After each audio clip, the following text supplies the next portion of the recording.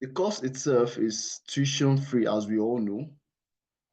But for you to have access to a certificate which is presentable anywhere you go, the certificate is presentable anywhere you go. For you to have access to that certificate, which will make your test, your exam recorded, and also a graduation ceremony, you have to pay a fee of 10,000 naira. I think that is not new to us because while you are getting on the course, you should have that announcement. But if not, please make sure you know this. To get certificate at the end of this course, you have to pay a fee of 10,000 naira. And this is the ninth class. We all know the course ends May 31st. And this is the ninth class. I think we have a class or two more to go and we would be done. We'll go for we're writing the test now, then the exams will come by and collation, then we get our results, the certificate, and we go through. So please, if you're not clear on any of the announcements, be free to unmute. You're free to chat in the chat room. Please ask your questions now before we go on. If you have questions, if you have anything you're not clear with concerning the announcements made, please unmute your mic to ask your questions or you type in the chat room.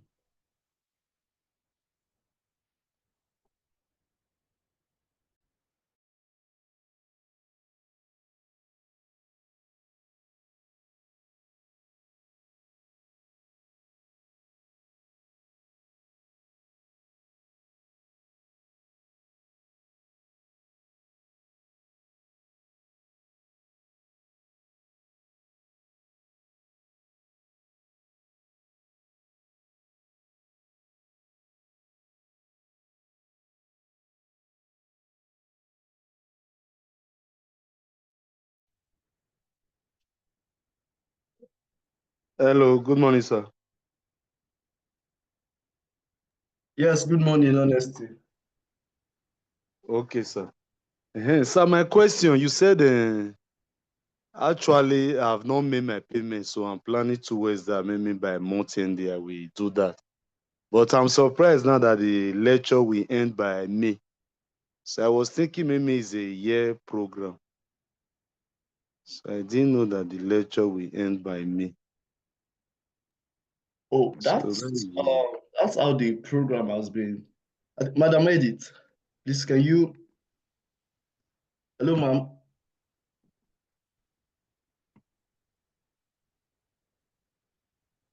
please Honesty, give me a moment. okay, sir.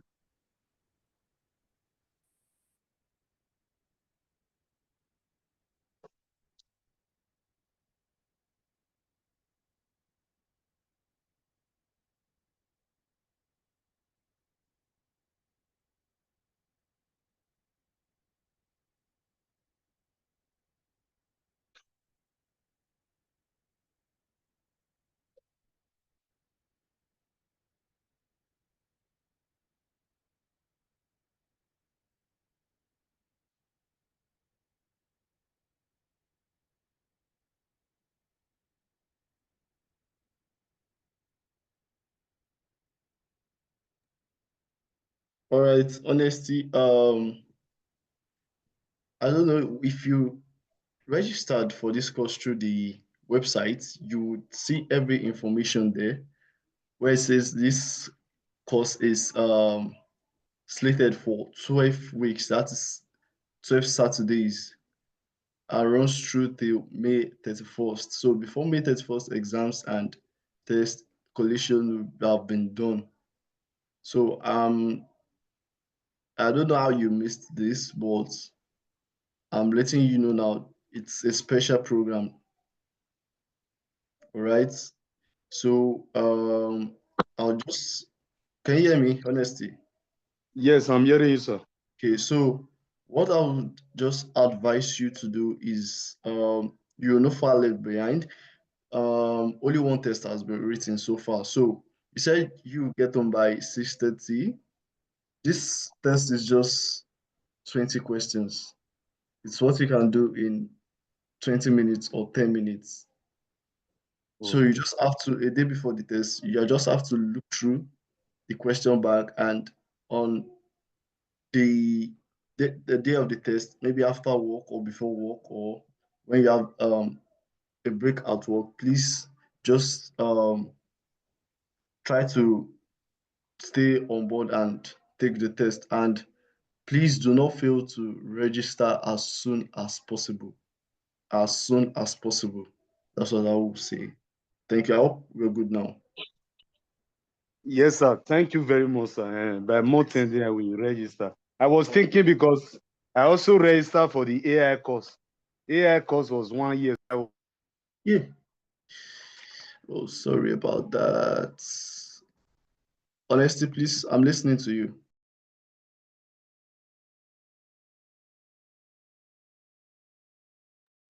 Honesty, please unmute. I'm listening to you, please. Let's the lecturer is here and we need to start the class already. Okay. So maybe at the end of the class, I'll take your questions. So Okay. without wasting the lecturer's time, today we'll be going into citizenship education, and for the cybersecurity side, we'll be coming up in the afternoon. So let's all get ready and get prepared as we go into the session. Mr. Lawrence, please let's give him a round of applause in the chat room. Mr. Lawrence, the floor is yours, sir. All right. Thank you very much. Yeah, thank you very much. Can you confirm that you can hear me and you can see me? Just confirm it in the chat somewhere. Just confirm you can hear me and you can see me. All right. Yeah, thank you very much, Richard Onyoloye. Yeah, it's a pleasure to be here, and I'll be taking the conversation today on citizenship education. I would really encourage you to very much participate in the class. It's expected to be very interactive because you are also a citizen as much as I am. And it's important that you know a thing or two about citizenship, what are your requirements, what is expected of you, that which you should know so that you can be law abiding and live within the confines of your right born within Nigeria. And of course, as a as a give me a moment, please. Let me.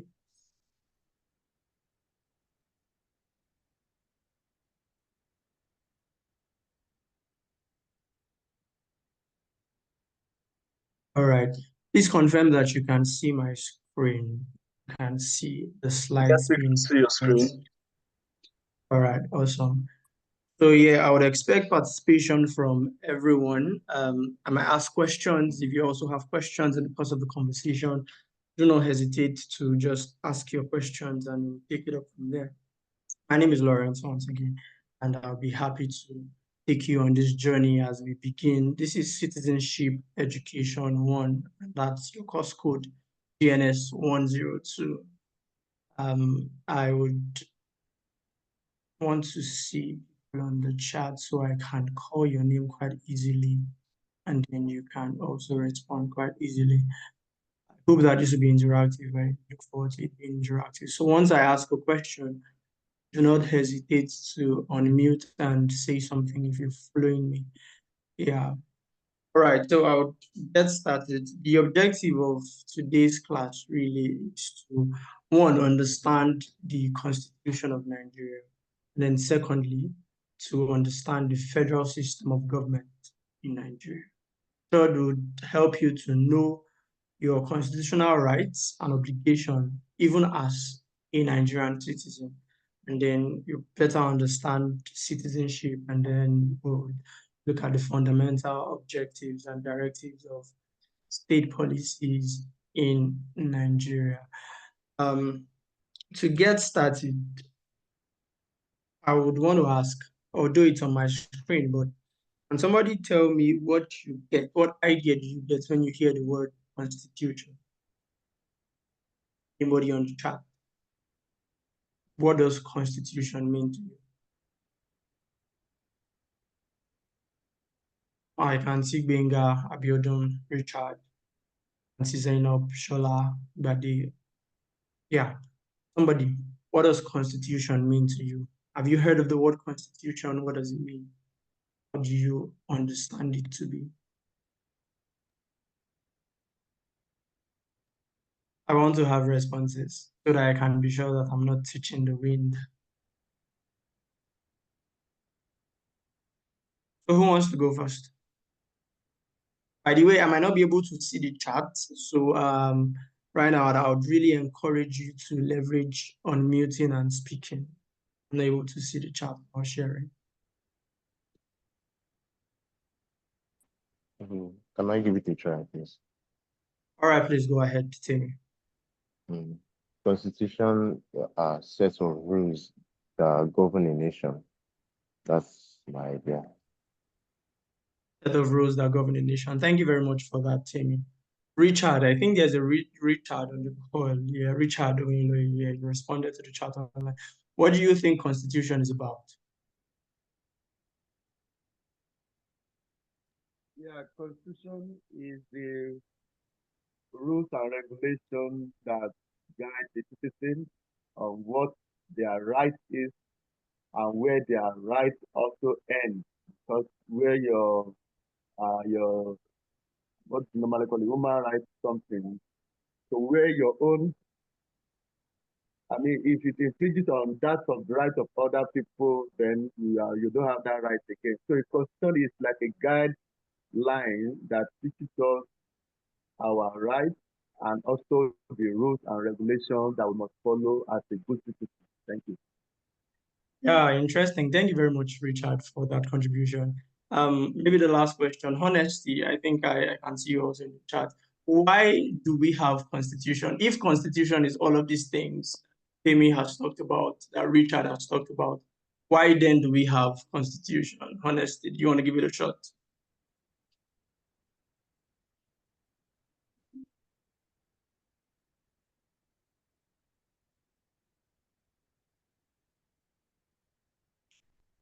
Okay, I can no longer see honesty. Who else wants to give it a shot? Zainab, Anastasia. I think I've not heard from any lady. It's just an introduction, so we get started. Who is attempting to speak? All right, please go ahead. Why do we have constitution? Okay. One, I think to provide stability and continuity, to limit the government, to limit the power of government, to protect rights, individual rights, and freedom. All right, interesting. Thank you very much for your contribution, Suleiman. Yeah, now all of the things you said today about constitution is very right. Because it's basically, yeah, who's it? This is honesty, Is that sir. honesty? All right, please go Yes, ahead. I couldn't hear you earlier. Okay, so you talk about constitution is a guideline. Without a constitution in a nation cannot move forward. So that is all what I know about constitution.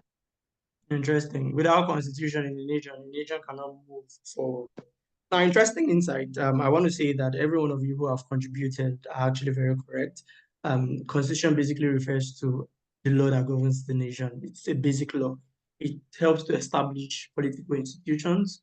It assigns and divides power. So it shares power across the nation. Who has power in government, and then how do citizens interact with government or interact different bodies across the nation, as well as with themselves. And why do we have this? It basically sets out the broad rules of engagement here, what we call the broad rules of the game. And these rules are not neutral. Yeah, some participants and policy options have a lot more advantages over others. And so you must understand what the Constitution is so that you can know your right and know how best to engage in your right. So we'll look at the different types of constitutions from various lenses here. So one, we have the written and then the unwritten constitution. For a quick one, just be very quick, anybody in the chat, what kind of constitution does Nigeria have? Just unmute and just give me a response. What kind of constitution does Nigeria have? A written constitution, I think. Written constitution. Yeah, that's right. We have a written constitution. But meanwhile, we have two different types of constitution, generally speaking. Yeah. If you look at the American Constitution, just like the Nigerian Constitution, it's actually written and it's in a single document where you have different sections of the constitutions that highlights different clauses, terms of authority, and how different things are amended rather over time, providing clarity to both the citizens and the different cadres of government. Have it documented. And the difference between this and the unwritten is that the unwritten is not exactly documented in a single document, but it evolves over time. Yeah, and that's typical in the Great Britain. Yeah, you have the British Constitution that reflects an unwritten evolution over the years. Their principles and the things that make up their law get shaped, yeah, progressively.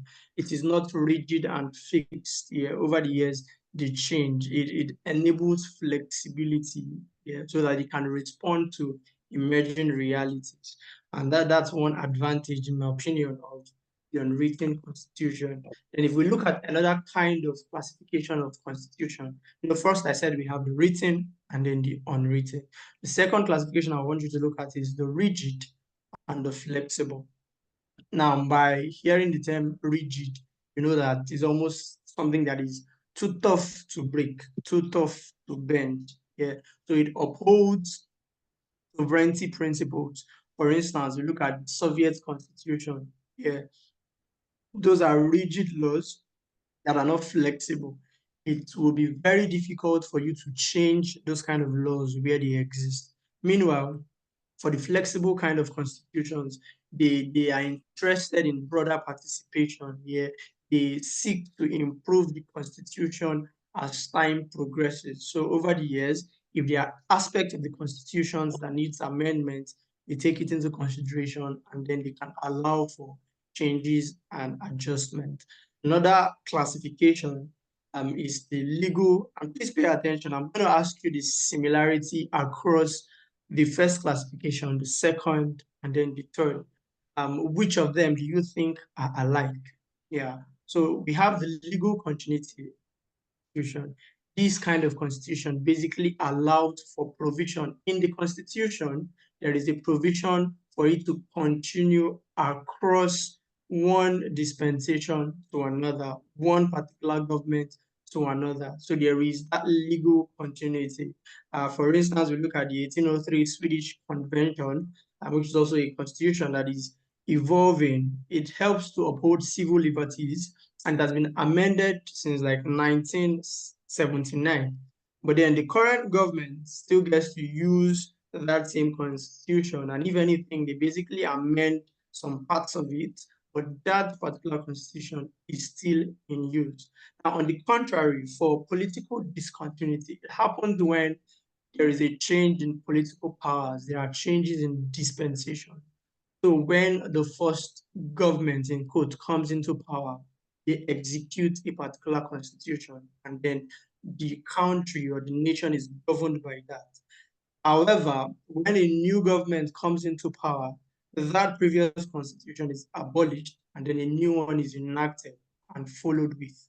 Now you can see that in Indonesia. Yeah, for instance, they went from the 1945, just 4 years after, they had to come up with another one because there was the need for change in political powers. And so it was followed after again just 1 year by the 1950 constitution. Just within 5 years, they've had three different constitutions. Now, the backside to that is that there will be a form of instability and volatility. The citizens even will be confused because this time around we have this constitution, and just in 3 years, the constitutions have changed. So if you're not keeping track almost monthly or daily, who knows, you can be caught in the web of having to follow an outdated constitution. So those are like the classifications I wanted to show you. So based on what I have explained now, the different classifications. So I talk about written and unwritten. I talked about rigid and flexible. I talked about legal continuity and the political discontinuity. Across these three classifications, who can just tell me which ones are similar? which ones are similar? Do you have anything in the first classification similar to the second? Do you have anything similar to the third? What can you see? What do you observe across these classifications of constitution? Yes, who's going? I think the written constitution, the rigid constitution, I think they are similar. Yeah, Because in the that's that's yeah, please Sulaiman. go on. Yeah. Because the written constitution is not easily changed. It can't be changed easily like that. Just unlike the unwritten constitution, it is not written, so it's very, very flexible to change. It's easily to change. So I think the written constitution and the flexible and the rigid constitution, they are the same. Why the unwritten and flexible, they are similar. Yeah, that's perfect. Thank you very much, Sulaiman. You're welcome. All right. Yeah, I appreciate that. Now that means you're really following the conversation, and these are things that you all should be aware of, despite whatever field it is that you're in, and despite whatever it is that you are doing. And that brings me to the next conversation on international constitution.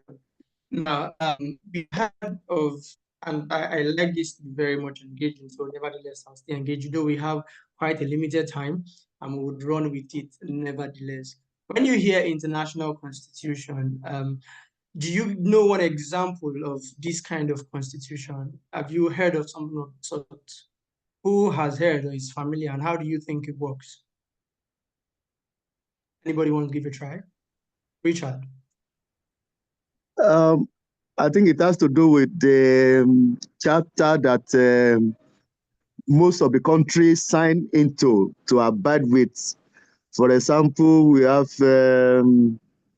I've forgotten this. There are so many of them that is being signed by many countries that they have to abide with, and then like this international court or something where you can drag somebody to if somebody violates a particular international constitution or ECOWAS constitution and all those kind of a thing. That is international constitution. Thank you. Yeah, thank you very much, Richard. I think you have a very good idea of what international constitution is about. So just take a cue, and every other person is expected to follow suit, really. An international constitution just refers to a set of frameworks, yeah, that defines a global governance structure. Yeah. It just comes about principles and collective laws, collective frameworks that defines how a particular universal challenge can be addressed. For example, you as a globe, the whole world, as humans, we have our fundamental rights. We have human rights. Yeah. And sometimes human rights can be violated. And now, violation of human rights is one problem. And so world leaders can come up with a constitution or a convention that addresses problems of human rights. And then any country who is a party to that law, by being a party to that law, it basically means that you sign that and you ratified that particular constitution. By being a party, it means that if anybody in your country is violated under the provisions of that particular constitution, then rather than just being limited to being judged or adjudicated within your nation alone, the case can be considered international. And you can hear from the example Richard gave how that some issues can actually be addressed at the International Court of Justice. Yeah. So there are issues like that and there are constitutions like that. However, it is difficult to have an international constitution. No formal international constitution exists presently. Just follow me. But there are provisions that are being made. And that is why rather than hearing international constitutions, you'll hear things like international treaties, international conventions. Yeah, those are like the things that you would hear in this day and age. An example is where you have the Universal Declaration of Rights. Yeah, have other laws or constitutions that are related to planetary preservation principles. For instance, I don't know how many of you are, and if you're following through and you have ideas on these things I'm just highlighting, I welcome you to drop them in the chat box. When I can check them, I'll definitely check them. So you have Universal Declaration of Rights. It basically emphasizes on human rights. So anyone who is a party to that declaration, yeah, would be expected to follow the laws and the principles that binds on that particular declaration. So example, you also have, how many of you are familiar with some biodiversity conventions, some climate change conventions, some Montreal Protocol? You see global frameworks for different things that individual countries get to sign.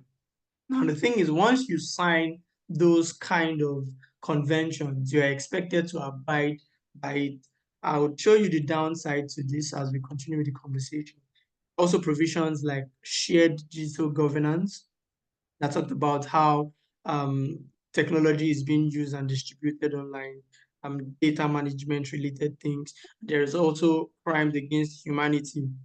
Yeah, these are international provisions that have been made as against just having a rigid constitution to guide um, international bodies, so to say. So there is also that of the mandatory justice framework, which basically talked about, like we said earlier on, and like Richard also alluded to, national criminal courts jurisdiction, where um, universal principles that facilitate third-party trials against things like war crimes, you have genocide, torture, those things can actually be addressed at that level.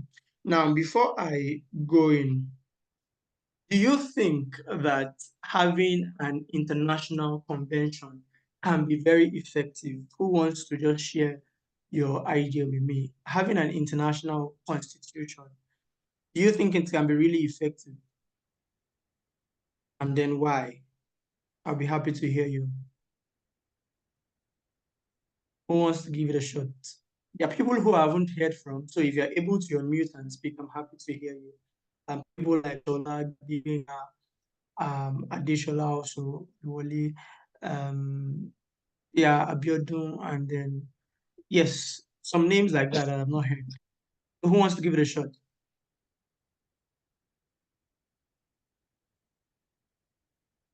Do you think the international constitution, having international constitutions can be very effective? Then why do you also think that? So nobody is willing to try.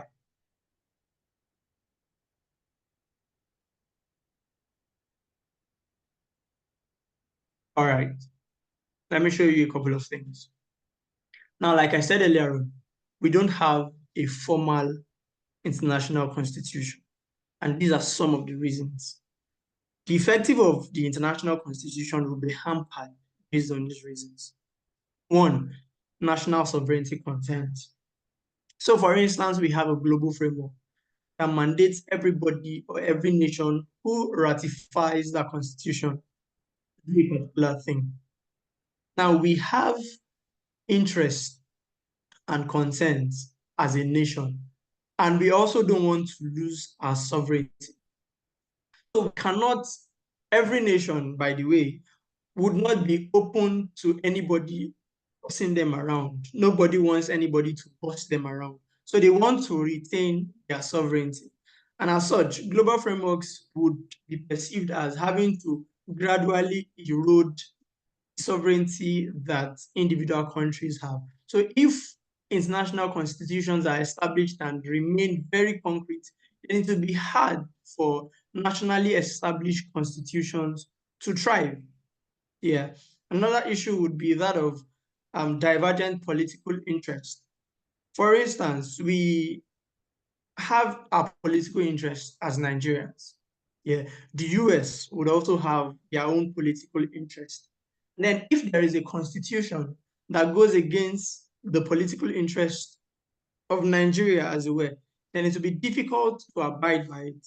And if that is made compulsory, then abiding by it would mean that we are doing a disservice to our own selves as Nigerians. So you see that it is very difficult for international constitution to now be effective. Yeah. Then there is also the compliance deficit. Yeah. If there is no binding enforcement of which is typical amongst several international treaties today, among several international conventions. There is no binding enforcement. So one of my activities really focuses on climate change. And over the years, it has been that there are laid down principles and things that every party is expected to do. However, if these parties do not do them, there is no punishment in quote in parties. So you are only encouraged to do it. But if you still don't do it, well, nothing is going to happen to you. They are not going to stop you, so to say. So at the end of the day, the sole decision still lies within the nation as well. And so it is difficult to really ensure that international constitution is effective across all parties that get to ratify it. But then our focus today would be on the Nigerian constitution. And why do we say that the Nigerian constitution is supreme? Because of course we have our own national sovereignty, and that which is supreme or what is particular to the Nigerian system or the Nigerian society is the Nigerian constitution. So wherever it is that you are in Nigeria, the constitution is binding on you, whether you know it or not. And that's why there is no excuse for ignorance. And this is an opportunity for you to further familiarize yourself with the Nigerian constitution. Constitution basically represents fundamental laws of the country that derives its authority from the people.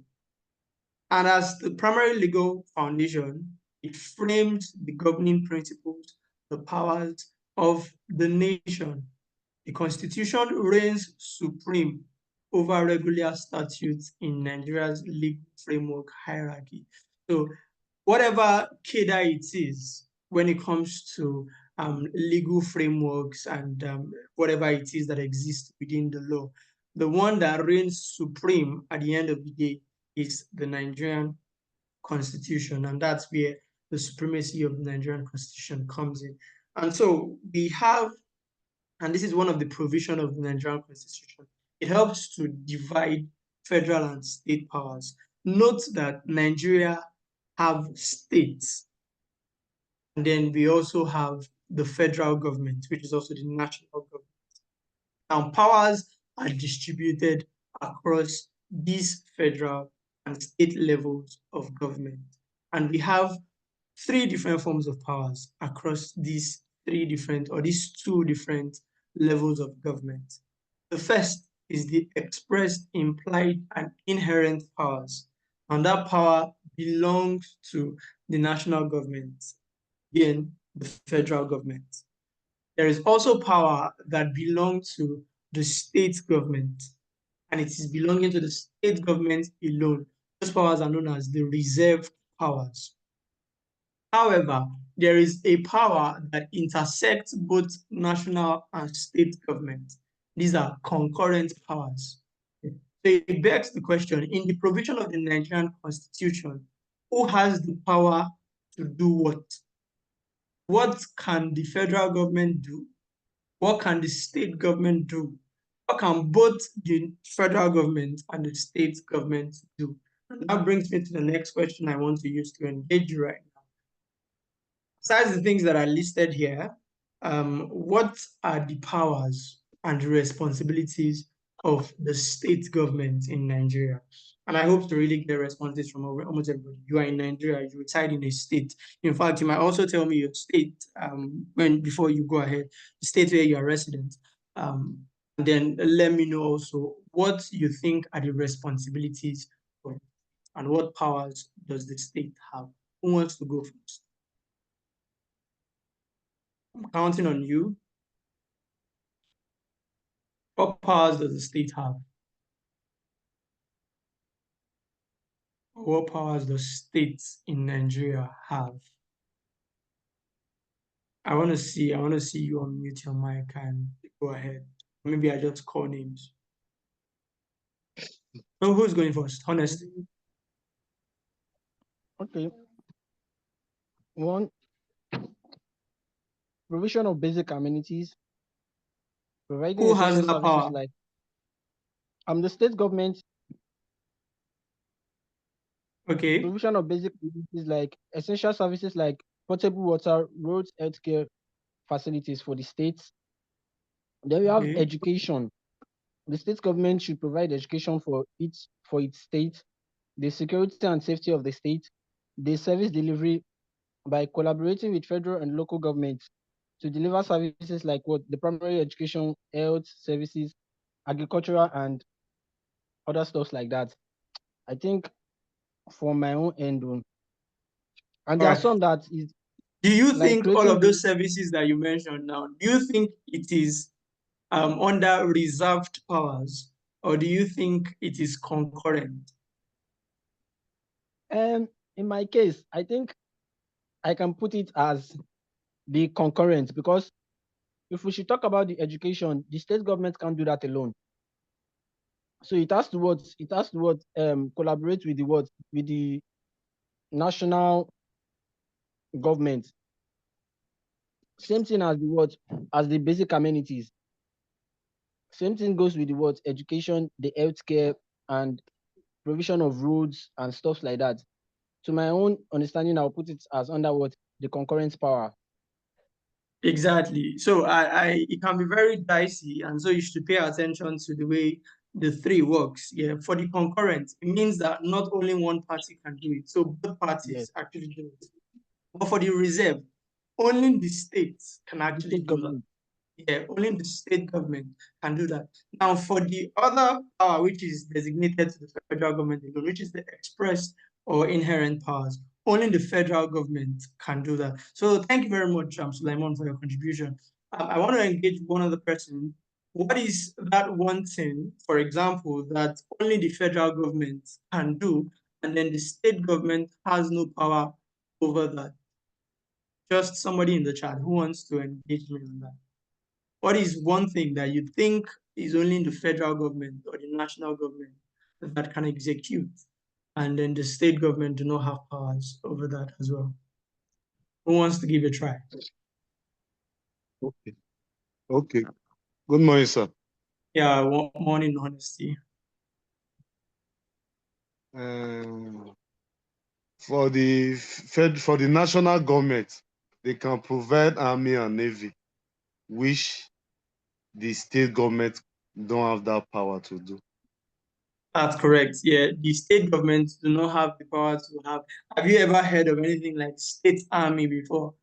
Or No. the Edo State Army. Yeah, it's impossible to have that. Yeah, and then when it comes to foreign exchange, foreign interactions, inter-country or international commerce, that is basically within the confines of the inherent powers. So you should be able to, in interactions and day-to-day engagement, you should be able to identify what is reserved for the federal government and that which is reserved for the state government and the things that both governments can actually do together, which falls within the concurrent powers. So let's move. Um, what then is the role of this supremacy that the Nigerian constitution has? Now, the supremacy clause basically plays a vital role in unifying every form of issues related to citizenship here. Now, why does this exist? You know, at the state level, we also have laws. At local levels, we also have laws. Based on ethnic and religious distinctions, we also have laws, we also have regulations. So why exactly do we have the Nigeria Constitution? Because it is supreme.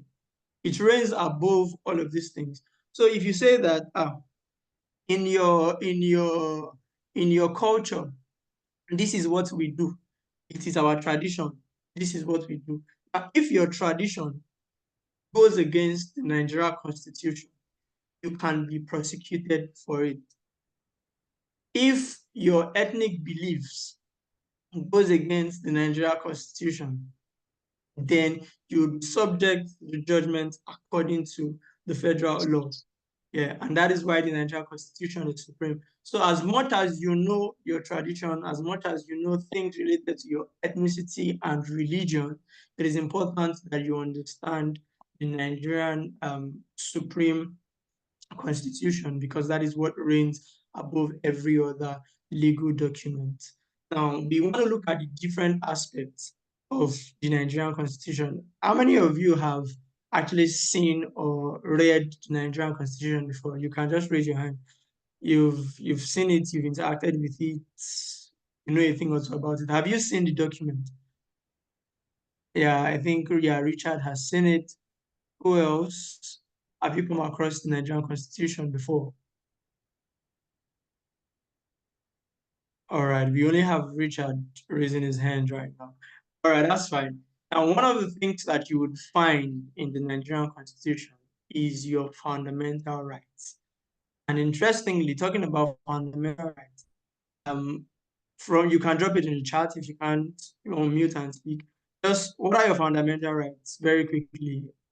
Let's see how far we can go. Just one of your fundamental rights or more. Anybody? Except you don't know what your rights are as a citizen.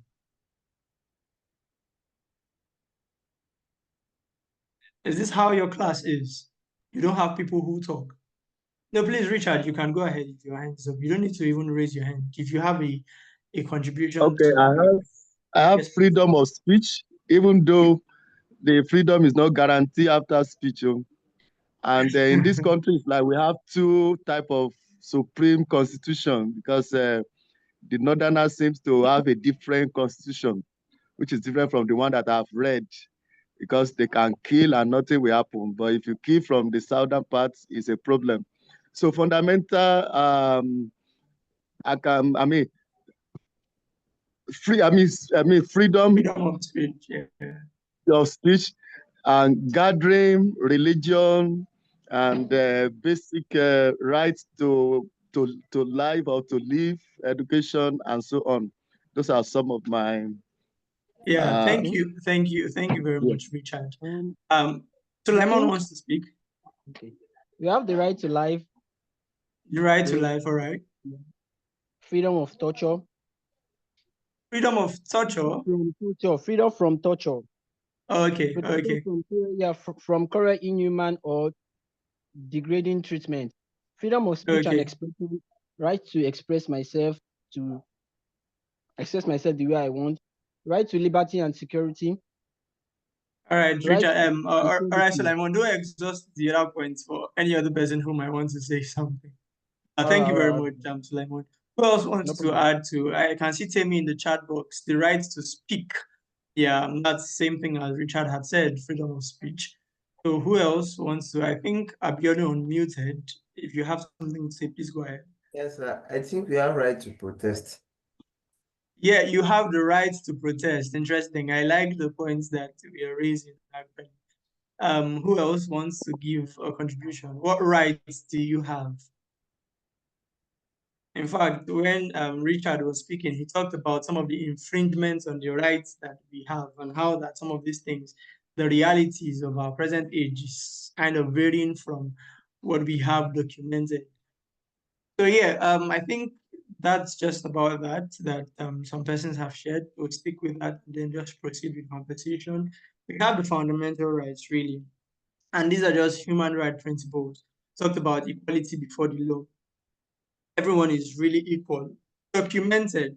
Mark me, these are things that are documented.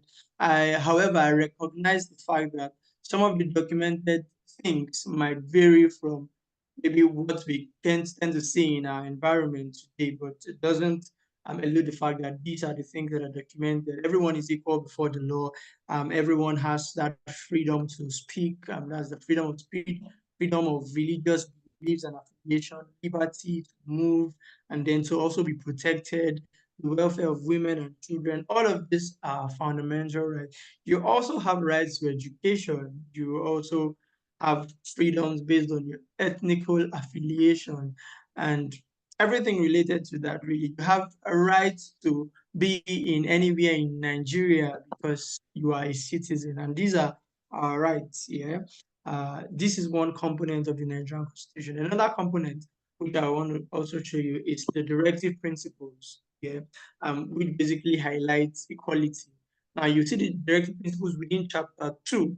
It expands the development duties, directing state policies towards socioeconomic welfare deliverables across different things. These are directives that are dictating what the state government should do. So you can see, for example, that here it designates state policies towards socioeconomic welfare, meaning the state should ensure socioeconomic welfare and deliverables across different sectors, including health, and like I think it was Suleiman who laid claim to that earlier on, that the state should be able to provide good health care, although they are not limited. That power is not reserved to them alone, it is concurrent, but the state should be able to provide health care, they should be able to provide housing, and should ensure good nutrition even for members of the state. Now, we also have principles related to governance and balance. You just know that in the directive principles component of your constitution, basically instruct who does what, yeah, and assigns responsibilities to that. Is anybody trying to say something? All right. So we move on. Another thing you have is the federal structure. Yeah, and like I said earlier, the federal structure means that it reserves specific powers for the central, the state, and then the local government. Those are the levels of government that we have. So at the central level of government, powers is distributed across states. Yeah, and so states have powers that are within concurrent and reserved limitations. And then you also have the local government, and all of these are outlined under the legislative list. Yeah, categorizing authority jurisdiction across different domains. So you have jurisdiction for each of those governments across defense, policing, and maybe I should just be asking maybe quickly if you can give me a response. So who has jurisdiction for defense? Just let me know, is it the federal, is it the state, the local? Just unmute and say quickly. It's federal. Federal, good. Policing, who has that?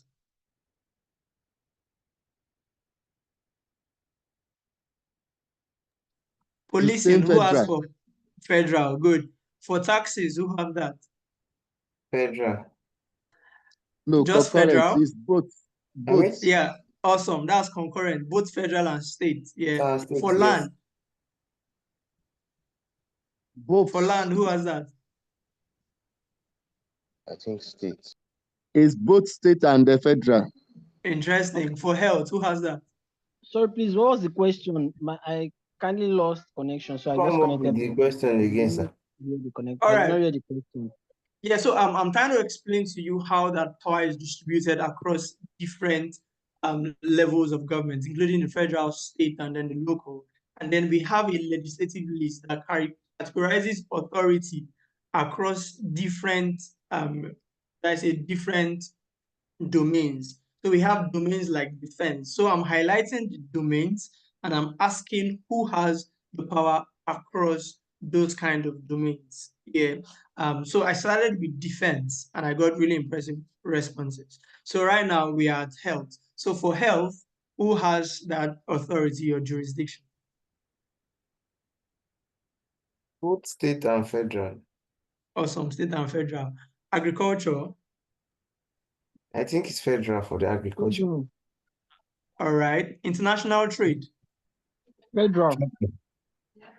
All right. Now that's it. Your ability to be able to look at a particular domain and be able to decide, okay, is this within the federal jurisdiction or within the state or within the local government? So we should be able to look at different sectors and determine based on the provision of the Constitution where they fall under.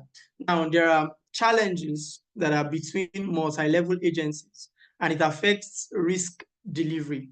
Yeah, and that is where you see things like, for instance, concurrent powers, especially when you know that the state government can do it, and at the same time, the federal government can do it. And oftentimes are not, just like humans are, or let me say Nigerians typically. Once you know that I have the right to do something as much as the other person has the right to do it, we find ourselves waiting for the other person.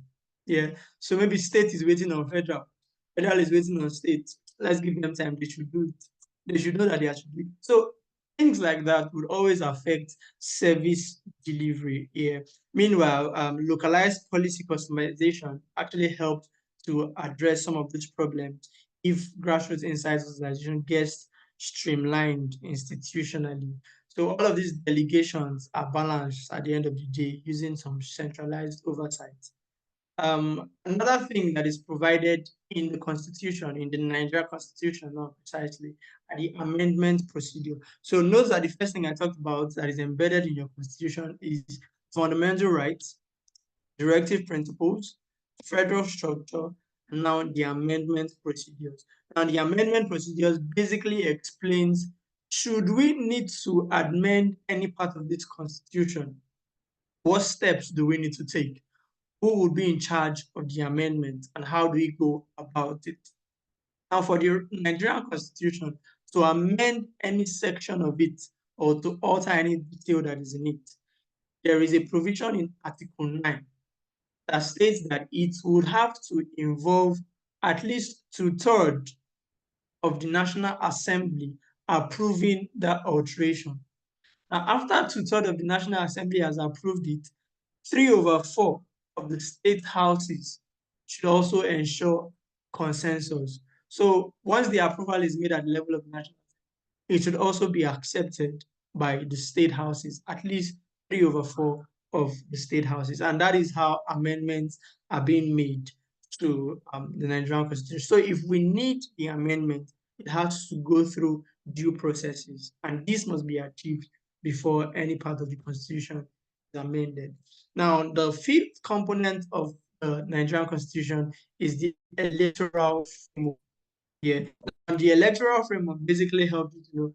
One of the things that is your, if you remember, I think is one of the things we did in civic education a long time ago, when they say you exercise your franchise. So, what is your franchise exactly? Anybody? How do you exercise franchise? Sir? To vote How do you and be exercise your? voted for. Yeah, I was just waiting for that. It's as simple as that, and it's one of your rights. We all have the right to vote and to be voted for. And that is basically what is illustrated in the electoral framework. Highlights voters' eligibility, talks about political parties, how do you conduct yourself during elections, how do you write a petition, what are the procedures for it, anything related to the electoral processes, the electorate, and then those who are vying for positions are embedded within the electoral framework. And then you would also see that the Constitution actually invested integrity through the appointment of the INEC, yeah, by the president. So the current president is the one who appoints the INEC members, yeah, based on recommendations from the Federal Judicial Service Commission, along with the National Council of State. At the end of the day, it is expected that INEC is independent and ensures transparency and integrity. So these are embedded, all of these are embedded in the electoral framework. Now, one other component of the Constitution is the intergovernmental coordination. Yeah. Now we have three levels of government. So how do we connect? Yeah. How do we coordinate across all of these levels of government? You would find that information under the intergovernmental coordination, where concurrent jurisdiction across agencies like healthcare, risk disconnected services. Yeah, like I was explaining earlier, once, for instance, local government, state government, federal government has a role to play when it comes to healthcare and healthcare service delivery. Yeah. Now, because of that, there might be a risk of disconnection in terms of how these services are delivered, yeah, how the services are delivered. And so to avoid that, there is a provision within the intergovernmental coordination. Yeah. For instance, while federal level healthcare legislation shapes national priorities, the primary implementation gets decentralized across 36 state agencies. Yeah. And that's why when you have, for instance, you would have ministries, and at state level, you now have state departments. Yeah. So from the ministry, which is at the federal level, it is decentralized to the 36 state departments here, such that the administration of every of those services can trickle down to the local government. And so you see that we would have national councils on health, for instance, within the local government level, and then the local government services commission that ensures interagency consultation. So it just means that across different sectors, the federal government is consulting with the state government, and then the state government is also consulting with the local government to ensure smooth coordination. Basically, these are the components of the Constitution, which of course you should know as referring to the 1999 Constitution of the Federal Republic of Nigeria. Then what are the benefits? What are the merits of this Nigerian Constitution today? Now, the federal structure that devolves power helps to give power to the state and also to the local government. So as much as the federal government has power, it has devolved power, distributed power also to the state as well as to the local government.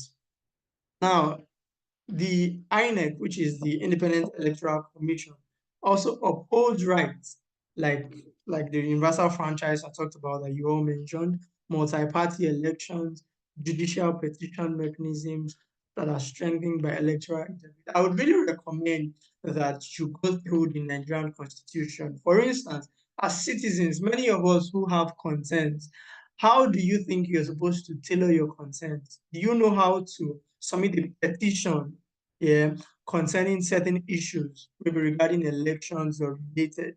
All of these things are embedded and part of the merits of the Nigerian Constitution. And then there is also the separation of powers, yeah.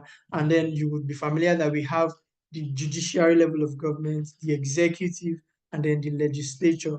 Now, all of this helps to do more like a check and balance to ensure that even the judiciary, even the executive rather, is not abusing power. Yeah, so the judiciary can actually checkmate that, and then it just ensures checks and balances to stop people from abusing power and abusing authorities based on the position that they occupy. However, there are also disadvantages. What are the downsides to the Nigerian Constitution currently? Now, the overstretched nature of governance at the federal level, yeah, is actually a demerit, and it affects coordination. Yeah. So you will see that oftentimes than not, perhaps state government might not be able to do anything because they will tell you that they are waiting on the federal government, and that sometimes can actually be a limitation. Then there is also concentrated amendment threshold. Yeah. So the Nigerian Constitution, one demerit, unlike the unwritten constitution and the flexible kinds of constitution, one demerit of this is the fact that for us to amend it, it takes a lot. First off, you need to get the right amount of people to sit here. And then you now need to get 2/3 of their population to accept that amendment. And then it now goes again to the state houses. And then you need to get 3/4. So that process is actually long and Herculean, and sometimes hamper some of the changes that should be implemented across the country. Third disadvantage is the fiscal dependence of the states on federal allocation. So you see that oftentimes and not, the state government is depending on allocation. And I think we'll get into it to show you how the federal resource is actually divided across states here, because resources are gotten or remitted to the federal government, and then the allocations are distributed across states. And according to a couple of people who have theorized, that is one major problem that affects individual state development across the country. What are your thoughts? What do you think about that? How does this affect the advancement of state? Or what other disadvantages do you think of the Nigerian Constitution currently? Anybody who wants to give that a shot? What are the current disadvantages, or what are your perceived demerits of the current Nigerian Constitution, and how does dependence on federal allocation affect state progress and development? Who wants to give that a shot? I welcome your responses now. Proceed. Number one, the concentration of power at the upper level. That's the president. If we don't reduce the power the president has, can derail the democracy that we are running in Nigeria here. That's one. So do you think Two, the judiciary is not able to manage the powers of the president? where all the judiciary that we have now and the legislation, they are just rubber stamp now. So that is making the president to do and undo without any check and balance that they are supposed to do. On the fiscal dependency, that one is also making the country to be import dependent, because instead of states developing their resources to build and then make their state citizens prosperous, depending on the oil has made everybody to forget about all the mineral resources, and some people are just stealing those things. The mineral resources, they are stealing it. Even the oil, some people are stealing it because states are not dependent on their own resources. They are not in control of the resources within their state. So those in this. Yeah, thank you. Thank you very much for that, Richard. Who else wants to go? I think somebody else wants to say something.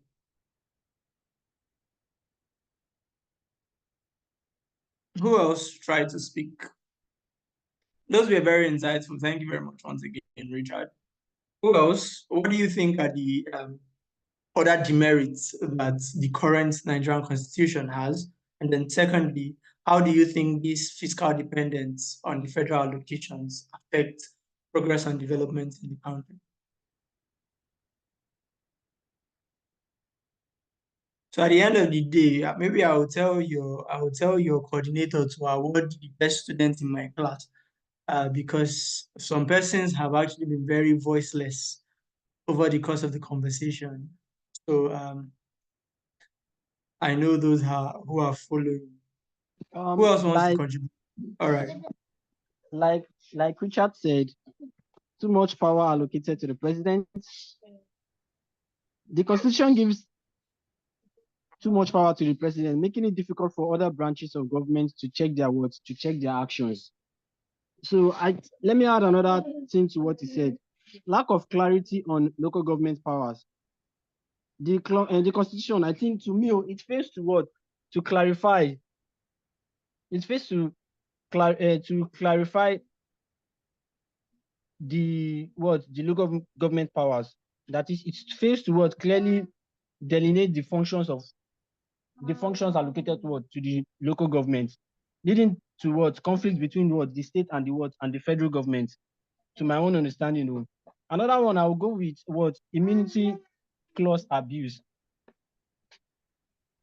Weak federations. Which faction of the government do you think abuses the immunity clause? You said what? What faction of the government do you think abuses immunity clause? I'll go with the federal, which is mostly the president and the governors. All of them, but mostly, I said mostly the president, which is what? The federal. All right. Yeah. Thank you very much, Suleiman, for. Okay. Okay. Yeah. Thank you. Thank you very Another much. one is what? Ineffective judiciary. Yeah. Thank you very much for that. I think the problems are things that we can obviously see and has been listed so far in the conversation.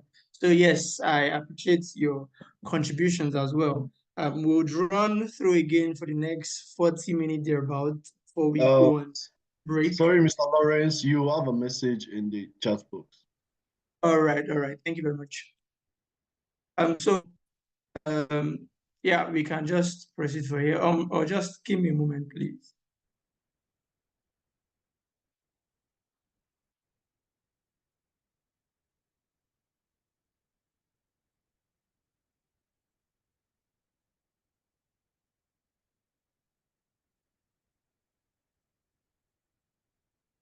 Okay. Sorry, just a moment.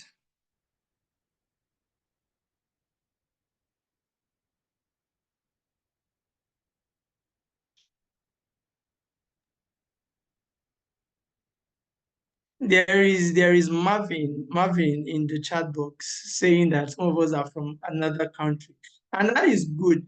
Can you speak? I think I might like to hear your thoughts, Marvin. What country are you in currently? What system of government works there, and how can you relate that to what is obtainable in your country? I would be happy to hear you. Are you able to unmute and speak? I have some experience in Kenya too. Hello, sir. Can you hear me? Yeah, I can hear you. Please go ahead. Hi, everyone. Good morning.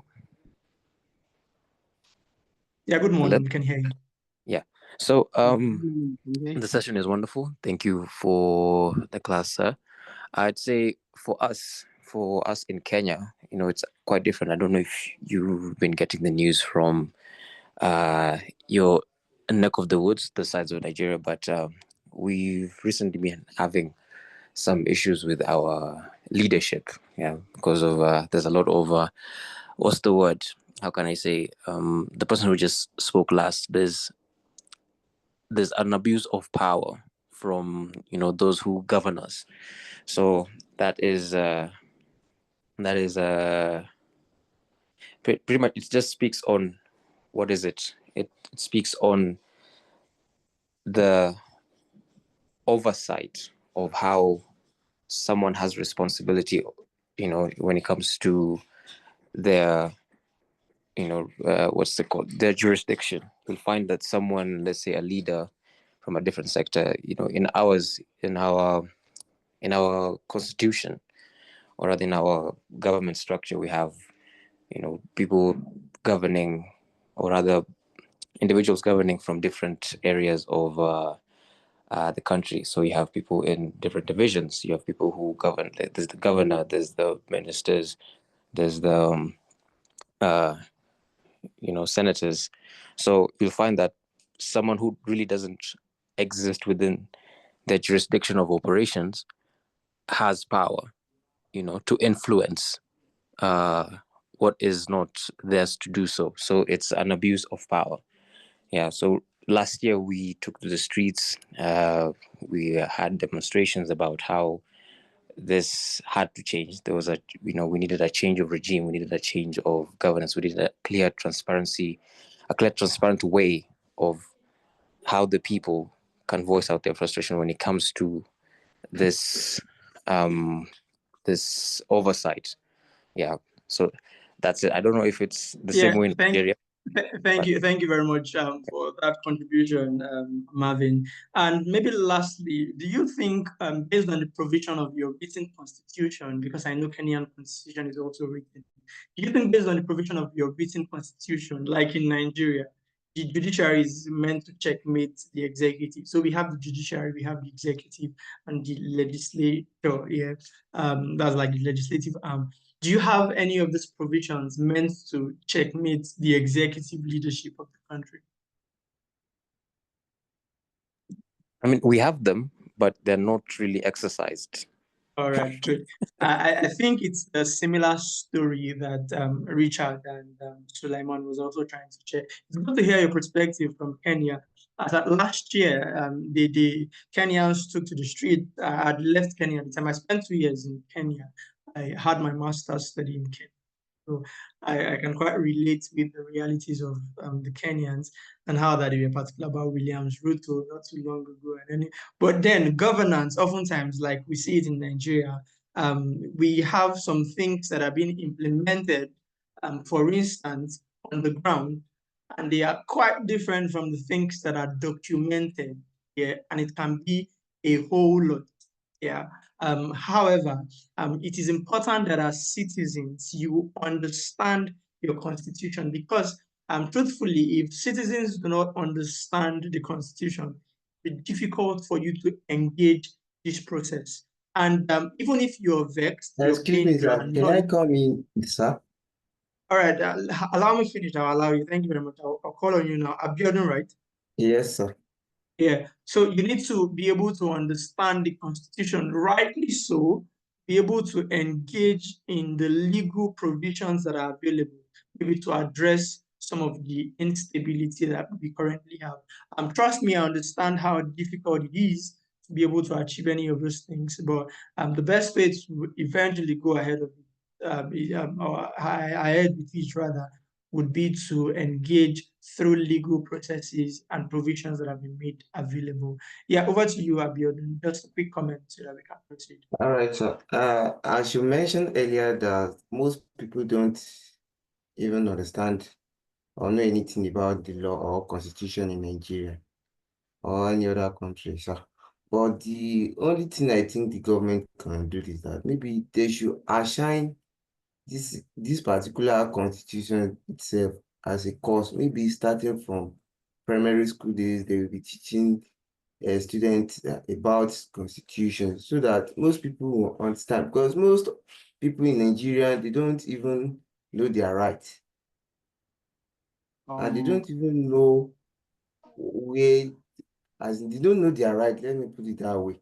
So I think the only thing Nigerian government can do for is to assign that particular course as particular that constitution as a course. Is to assign it as a course, as a compulsory, and it must be compulsory. All right. Yeah. Thank you very much, Abiodun. You're Can I very say correct. Can I say Yeah, something to what Solomon. Yeah, just 1 minute, please. Yeah. All right, okay. So according to what you said, Abiodun, you said the government should assign the course, but according to that, I think it's been taught now. It's been taught. That's if you can remember in your civic education, you were taught your constitution, and basically you were taught human rights in the constitution. That's the fundamental of the human right. It was taught.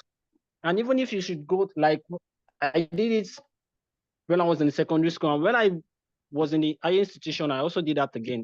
And now I'm still doing it. And apart from that, it's something you're familiar with every day. It's everyday life. It's something you're familiar with every day. You listen to the news, you move about here and there, and it's what people do say every day. So Yeah. it's No, thank you very much, Suleiman. Yeah, that's correct. As well as what Excuse Abiodun me, had sir. said also. Okay, just allow me to proceed, Abiodun. Yeah. Yeah. Thank you. So the points that both Abiodun and Sulaiman made are very, very correct. Yeah. We need to emphasize more on the knowledge of the Constitution, and that is something that, of course, the government has a crucial role to play. However, this is not limited to the federal government alone or even any other level of government. It's also important as citizens to be able to engage. I really recommend that as a citizen, you time after time go through the constitution because interestingly there are ways to engage your local government based on the provisions of the constitution. And if they don't even respond, there are levels of government that you can, based on the authority you have, also charge to court. But they would only come based on your level of understanding of the provisions in the constitution. So as much as you are learning this now, for instance, Abiodun, it might also be your responsibility to be able to bring it up with other persons, yeah, and the need for them to also be familiar with what the constitution says about their rights, about how things are expected to work. And trust me, chances are that the ruling class, the politicians, will want to trample on your not knowing the provisions that you have in the constitution. And so it will be your right.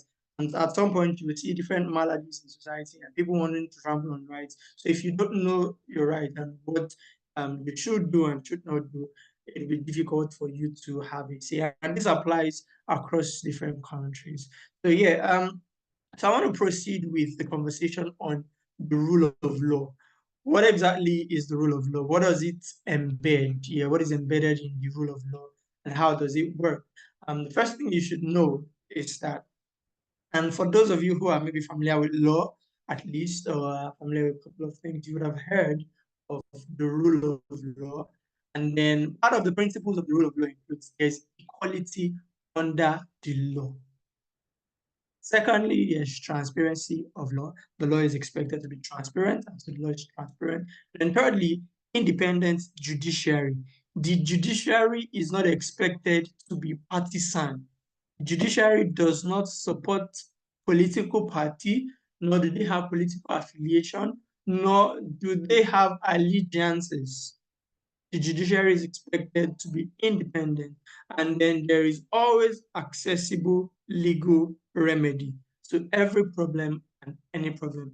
These are the four components of the rule of law that you should be very familiar with. Even if sometimes you see that there are conversations that will tell you that allow me to speak pidgin. No be everybody equal for the side of law, something like that. Now there might be things like that, but you should also know what the law says, and so you can engage it properly. There's equality under the law, there's transparency of law, independent judiciary, and accessible legal remedy. Now you can see this chart I have to my right saying no one is above the law. The law is applied equally and fairly.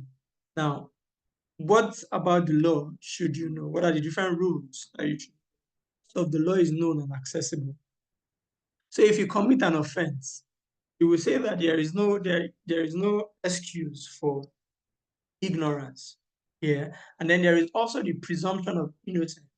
You would see, and I think it's used in some movies or maybe even in court of law, you are innocent until you have been proven guilty.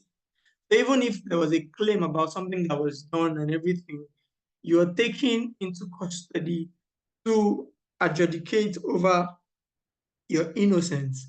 Now, except you are proven otherwise, you are still innocent. So the first point of call is not like when you are caught, you are guilty, and you need to go and prove that you are innocent. No. Even when you are caught, you are presumed innocent until you are now found guilty at the end of the day. So there is also open, independent, and impartial judiciary is expected to be like that. No retrospective law, aside that which has been made, should be made, and laws are made in an open and transparent way by the people. So you've seen how laws are made, and that's why we have the lawmaker, we have the legislative arm, government. Now, government agencies must behave as model litigants. Government agencies should exemplify what is expected of a law-abiding citizen. Yeah, so they should be model litigants. Then all trials must be fair and prompt. Yeah, the law provides for fair and prompt trials and separation of powers between legislature, executive, and judiciary. It's one of the things that you need to find out. And in this conversation, we've highlighted the different powers, yeah, the legislature, the executive arm, and the judiciary also. These different grouping or factions have designated powers and they should be wielded as such. And people can only be punished in accordance with the law. Yeah, people are not punished. And that is the reason I see citizens, maybe they are not familiar with the law, of which that's the case for many of them.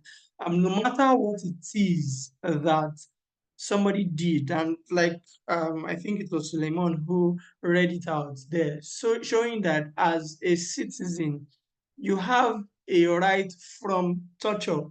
So even when you've committed a crime, nobody has that right to burn somebody. Jungle justice is out of the law. And so you see things like people can only be punished in accordance with the law. So no matter what it is that somebody does, they can and should only be punished within the confines of the law. So don't engage in things that are unlawful. If somebody stole and then you tie the person to a tree and then you set fire underneath and you are roasting the person from down, or you just do things that people do which are outside of the law, you could get yourself in trouble. And the law and its administration is subject to open and free criticism. Yeah, you can criticize the law openly and freely, and then the law is known and is accessible. Back to the start where I had picked up from. So these are things or components that you should really engage with when it comes to your understanding of the rule of law. Now, we need to also further understand the federal system of government in Nigeria. We have, like they would say, Nigeria is a federation. And what makes it a federation? It basically means it's a political organization that brings together state authorities. For Kenya, it brings together counties. Yeah, so you have counties, then you have sub-counties. At the county level, you have different counties. You have the Nairobi County, you have I think quite a number of counties, and then you now have sub-counties. Now, it is just like that. Same way the counties are unified, yeah, by the federal government of Kenya, the same way the states in Nigeria are unified by the federal government of Nigeria. Nigeria is actually a federation, and it involves power distributions across federal and provincial governments. Now, in the federation, governance functions get constitutionally divided, and we've talked about it. Maybe one last one again, I'll just bring it up again. Who is in charge of currency amongst the different arms of government that we've talked about? Currency and its administration. Who gets to dictate that? What form of government is in charge of that? The federal government, I think. Students of this class. The Can I hear that federal again? government, I think. I said the federal government, I think. You shouldn't be thinking, you should be knowing, yeah? You don't have... Okay, the federal government. Yeah, the It's the federal federal government. government. Yeah, the federal government is the charge of the Yeah, because you don't have eco cash for Lagos residents yeah, alone. nothing like And, yeah, nothing like yeah. and you, Yeah. yeah, and you don't have Oyo Kobo, There's something no of sort. Yeah, so cash, there's it's no, the everything is the federal government. it's We a don't have the federal unifying government. currency. That's why it is written on it, the Central Bank Exactly. of Nigeria. So Good. And so currency and its administration is the sole responsibility of federal government. So now that is under inherent powers because no other person can interact under that. Yeah. So that's part of the things that you need to know under federation. And what are the differences between a federation and confederation? Yeah. Now confederation is not a new state. Yeah, it doesn't have citizens. It just brings people from different confederate states. For instance, we can have a confederation of maybe Western African countries, for instance. That's a confederation. Yeah. It's not coming up with any new states, it's just bringing together countries, which within that confederation will be regarded as states. Yeah. But for a federation, the federation might be maybe double citizenship in a federation as an individual state comes together to create a new state. For instance, in the United States, people have double citizenships. In other words, residents in the state of New York have both American and New York State citizens. That's for federation, yeah.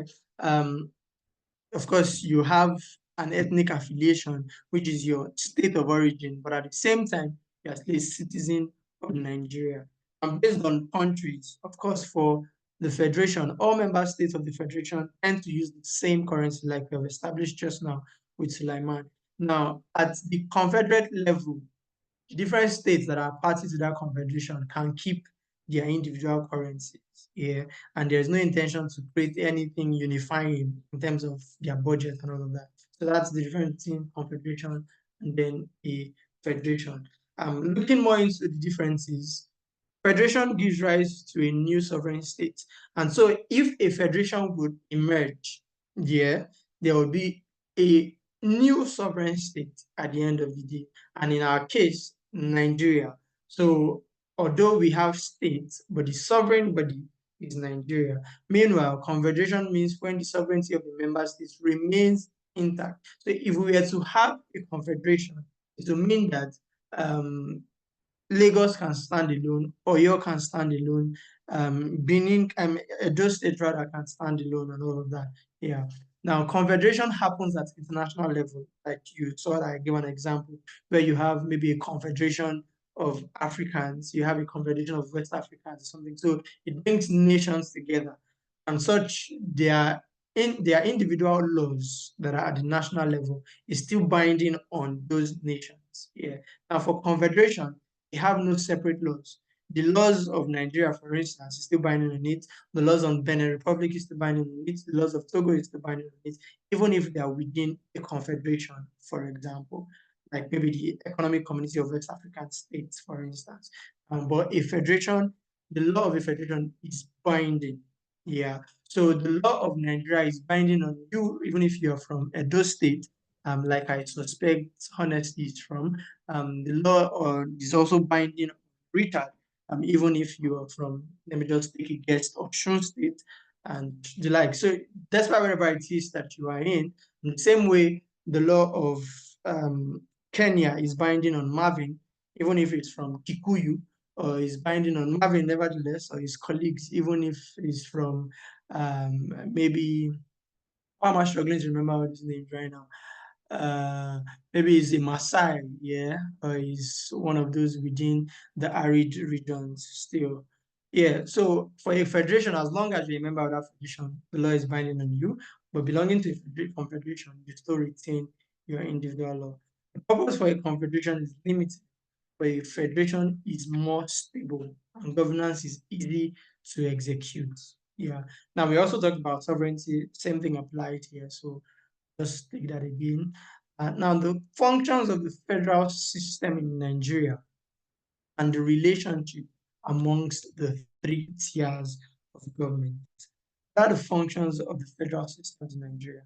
What is the relationship among the three tiers of government? Yeah, so I wouldn't be reading any of these things here, but if you can see it, somebody can just help us with the explanation so that I would rest from talking.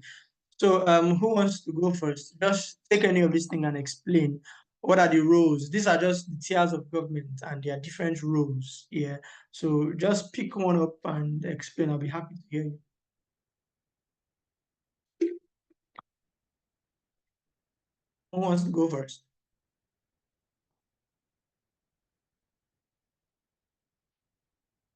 I was having interesting people in this class. Yeah, What was the question, sir? yeah. I hope you're following me and you're not just finding questions when I ask them. I was following at the point, but at some point I lost connection, so I have to look for a better place. Okay, so now the question is this. I am trying to explain to you what the responsibilities of the different tiers of government are. And interestingly, I have given you all a cue, which is on your screen, and I just want you to discuss it. Yeah, so we have the different tiers, the three tiers of government, and things that have been highlighted on the other roles and responsibilities. So just pick one up and discuss it based on your understanding. Perhaps the state government, okay, what do you think are their roles and how did they go about it? Just give me something relatable, and I expect to hear responses from more than 1 to 2 persons.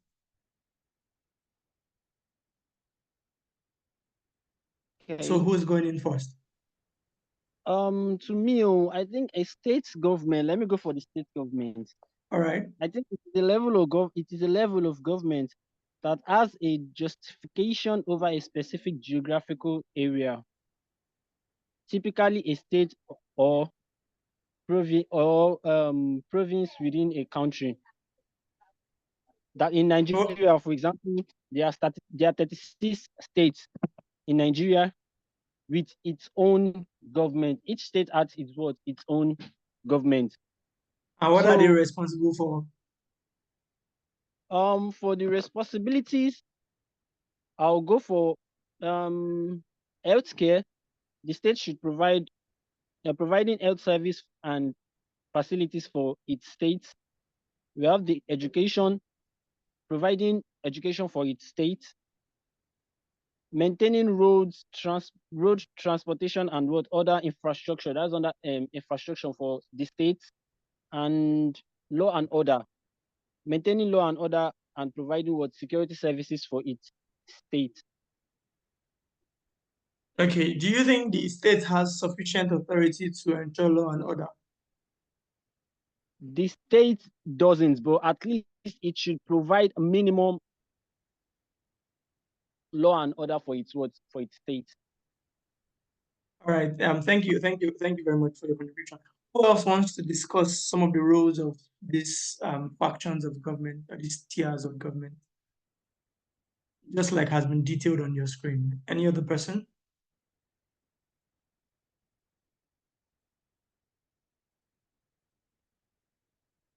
I just want to highlight people whose voices I've not heard. I don't know how it is being addressed at the end of the day at the class level, but I am big on participation. And so if you're not participating in my Okay. it's something that will be noted.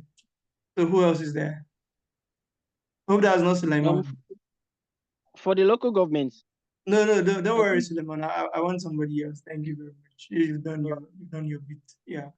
all right, sir. So who else wants to give a shot? I really hope to hear things on the local government. Not heard Zainab at all. I have not heard Adeshola at all, if I'm not mistaken. Then, yeah, I think, yeah, those are people I've not heard at all. So who wants to continue?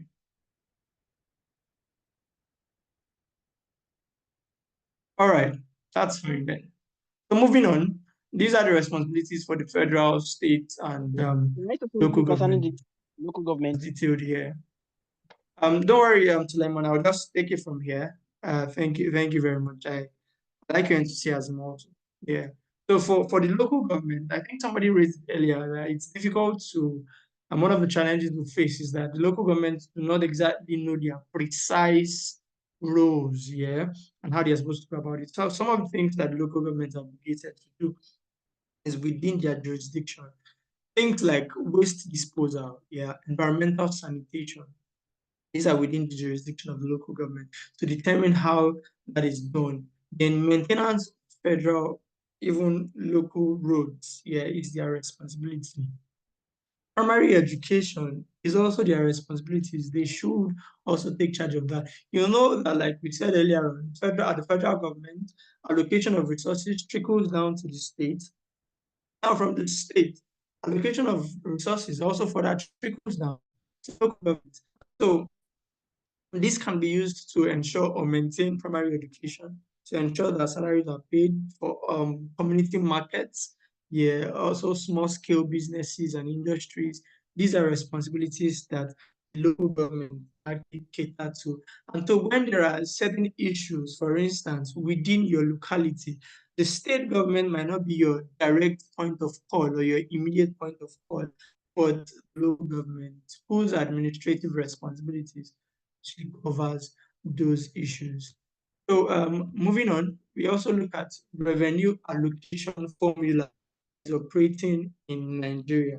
Like I said earlier on, and one of the things that Richard had alluded to as a challenge in feeding growth and developments in the country is the allocation of revenue. The fact that all resources go to the federal level and then it then trickles down to the states. Now, how are these resources allocated? Who is in charge of this allocation?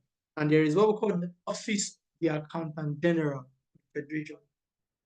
And so you would always hear Accountant General. And this particular office is responsible for the overall management of all receipts and payments related to the Federal Republic of Nigeria. Overall office that is responsible for that is the Office of the Accountant General.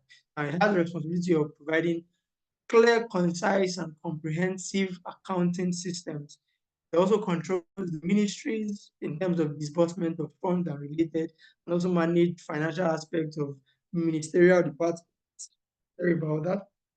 Ministerial departments and agencies. Yeah, the Accountant General of the Federation is responsible for all of that. And so, how are these resources allocated? First, the formula actually allocates 52%, let's just say approximately 52.68% is allocated to the federal government. 26.72% is allocated to the state government. And then 20.60% allocated to the local government. Yeah. Now you can see the way federal allocation is distributed. Now, the 26.72% that is accruing to the state is now shared again based on different factors. The allocation to the state and to the local government is shared Now they apply factors such as equality, population, landmass. So at the end of the day, when we designate 26, so if we have, so that I will try to put a figure to it.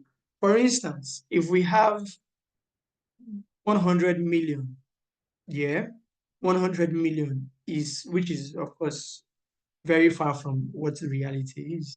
If we have 100 million as federal allocation, it basically means that 267,200 naira, 267 or 26 million, 7 to whatever, whatever, just approximately 26 million would be to the state government if we have 100 million as federal allocation. Now, of that 26 million, we have 36 states. Just follow me so that you get your understanding. Of that 26 million, we have 36 states. We are not going to divide that money equally. We are not going to say, okay, let's just divide the money equally. 26 million divided by 36 states, and then we'll give the money out like that. It will be divided based on certain calculations. So part of the things that will be taken into consideration is equality, population. Of course, you are not going to give a state with little population the same amount you give to a state like Lagos, for instance, or you will give to Imo the same amount you would give to Kano. Yeah. So they are going to be distributed along the lines of population, landmass, how big is their landmass, how big are is the population right now, and how much contribution did that state rather make. Yeah, those are the factors that now determine how much of 26 million will be given to that particular state. So at the end of the day, you will see that a state might receive 1 million, another state might receive 500,000, another state might receive 2 million, another state might receive 200,000. Now, it is going to be based on the individual state's contribution, their internally generated revenue, how big is that state in terms of landmass, and what is the size of the population of that state. All of these factors are oftentimes taken into consideration before determining what amount gets to what state across the federation. And so this is the sharing formula here, as you can see. And then you might also want to take note of that. So we see the tier of government and the rates that gets to them. And then you can see that the section 462, subsection 2 of the Constitution further provides for the distribution of an amount not less than 13% of revenue accruing to the Federation account from any natural resources to the state where the said natural mineral is mined. This basically means that when the funds are divided and split, if crude oil is the major stake for that federal allocation, the state that is responsible, yeah, for that crude oil availability would share 13%. So they call that derivation. Yeah, that's the derivation percentage, which will be allotted. So if we mine a particular mineral, the states would receive an extra 13% of the budgetary allocation. So for states where natural resources, they get to receive a lot more allocation A quick question, based sir. on the provision of law.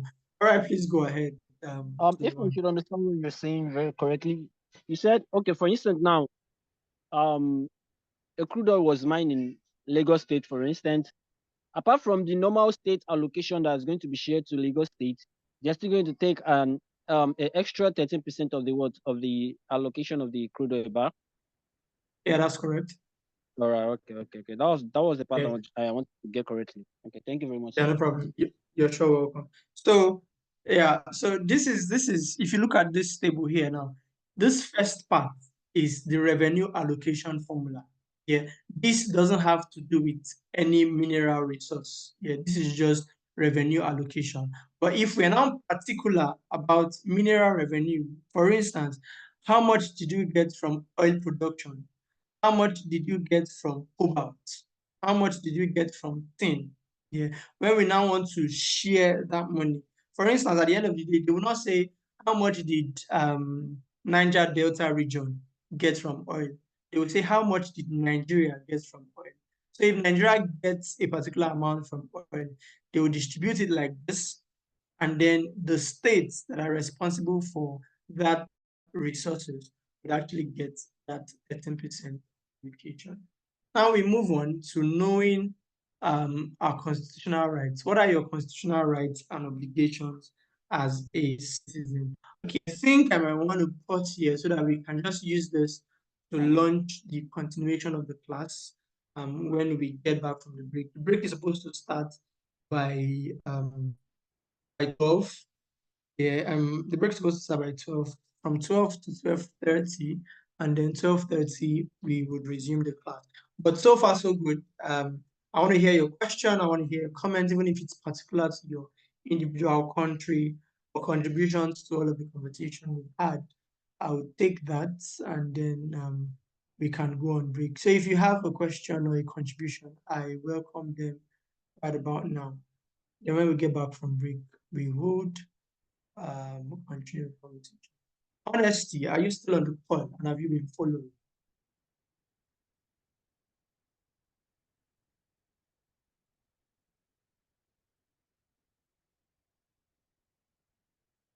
Honesty, are you on the call?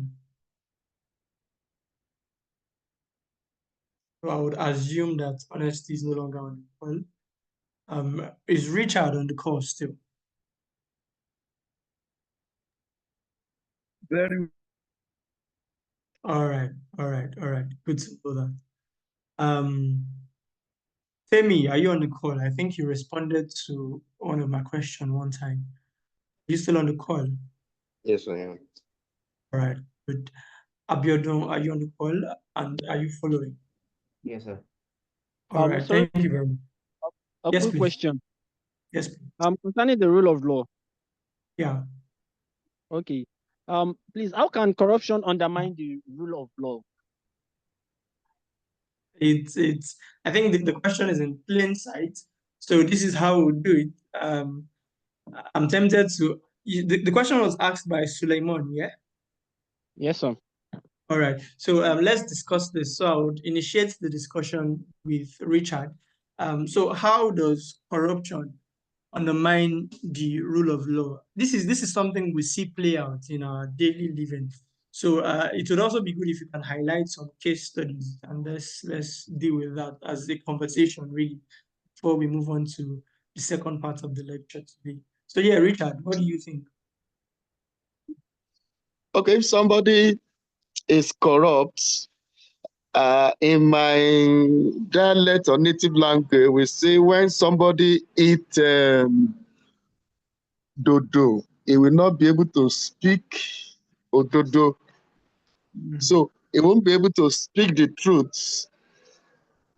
So corruption, if you don't deal with it, then it's going to kill us one day.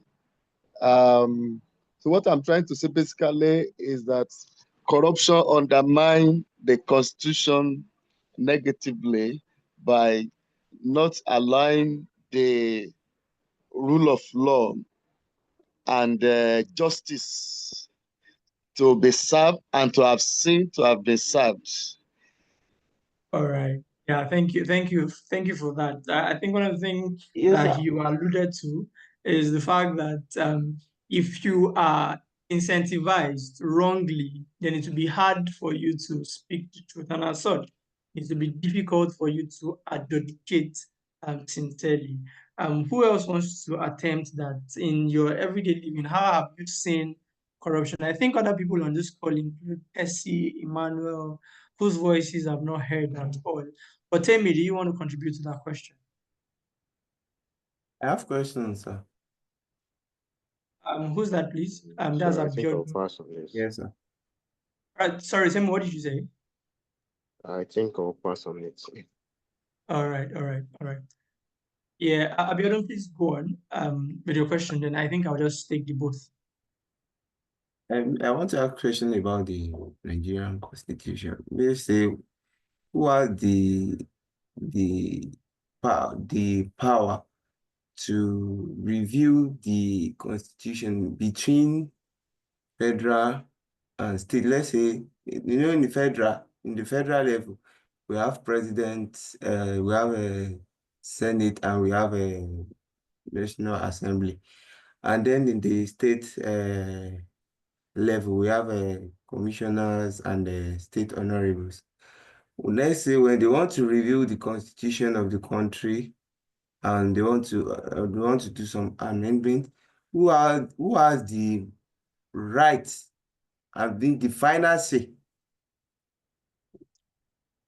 Okay, let me go back to that slide. It's one of the things that you taught today. So I want you to see where it was documented here under amendment procedures. Okay. Yeah.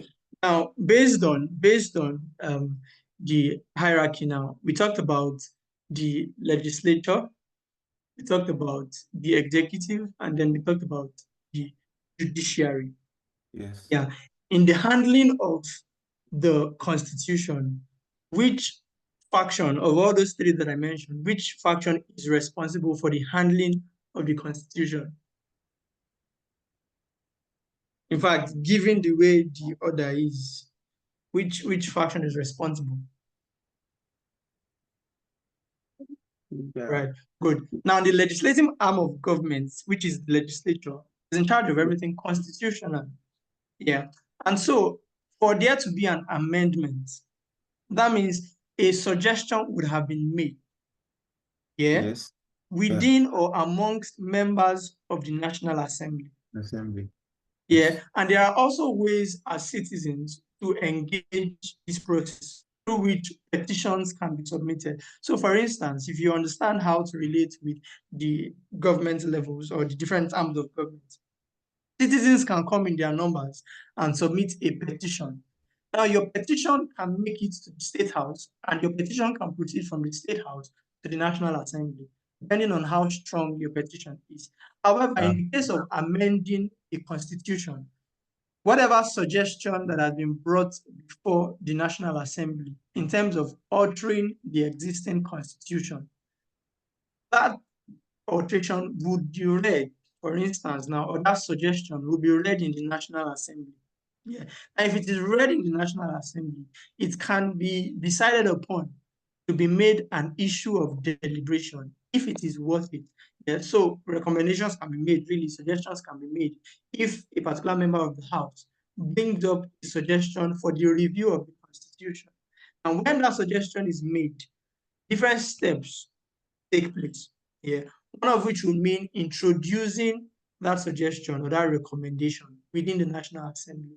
And when that suggestion is introduced into the National Assembly, then the next thing that follows is approval by the National Assembly. And how does the National Assembly approve it? And this is where the major task lies.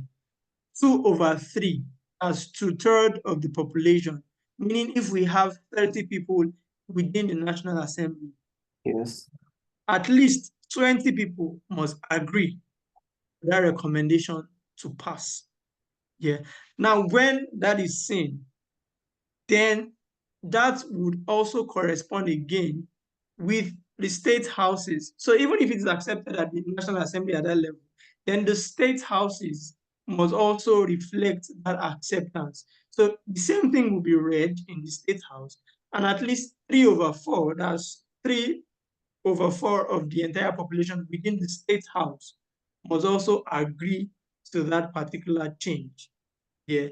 Now, that is only when there can be an amendment. And that decision just gets to the point of, okay, and we have decided. Now, when it has been decided upon, then the amendment can take place. And of course, the legislative arm, like I said, is still the one that would implement any of such amendments that is decided upon. I don't know if that gives you clarity. Yeah, I understand, sir. Thank you. All right, thank you very much. Now to your question, Suleiman, let me check the time so that we, okay, I think it's already time for break. But maybe I'll just say, we can see it's the reason corruption is affecting the rule of law is because in our society, There is that thing where people think they can buy anything through resources. And so when you pay, it's believed that you can pay to excuse yourself of justice. You can pay to exonerate yourself from crimes. Once you have more resources, you are a much preferred citizen, so to say. And that is the reason, quite unfortunately, if you're able to grease the palm of one who is supposed to be a custodian of the law, chances are that you might escape. So all of these things actually affect the ingenuity of the rule of law as we get to see them today. There are many case studies, and I know that you all can relate with quite a number of them.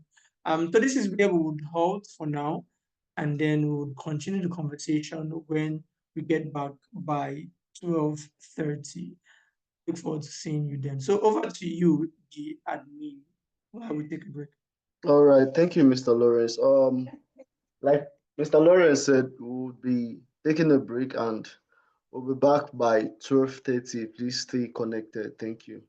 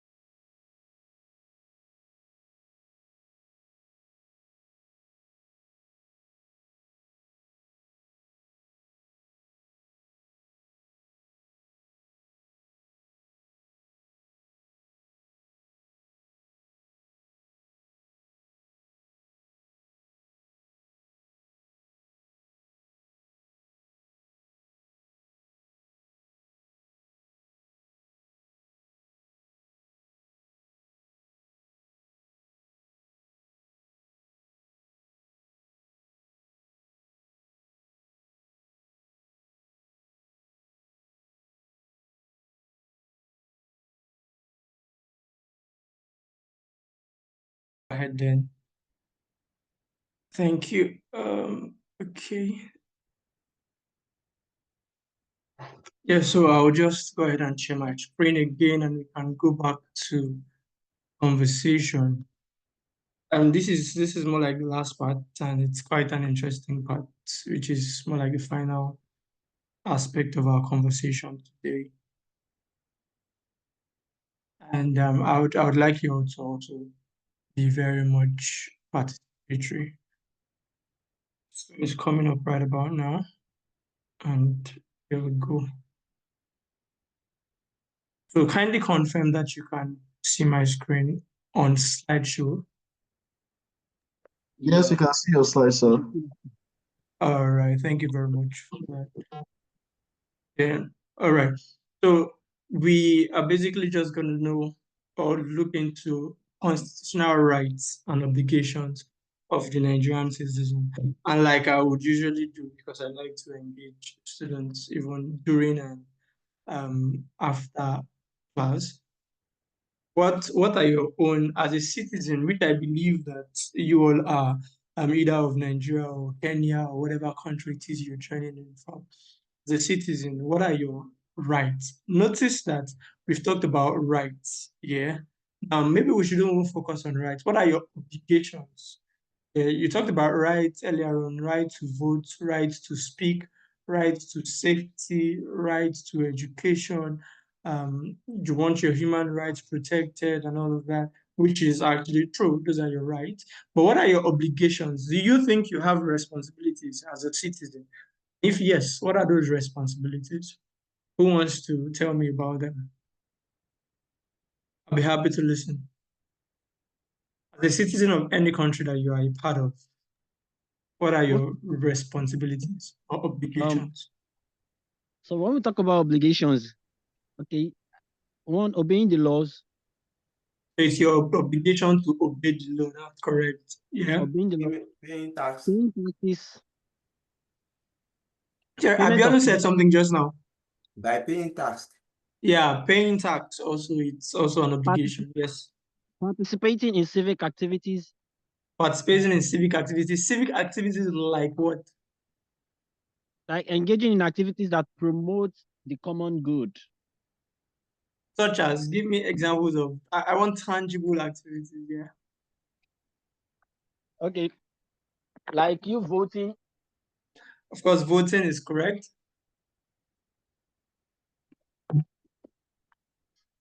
Right. I think Well, respecting others' rights. environmental sanitation is also very important. Yeah, Timmy. Respecting others' rights. How do you think you should or can respect others' rights?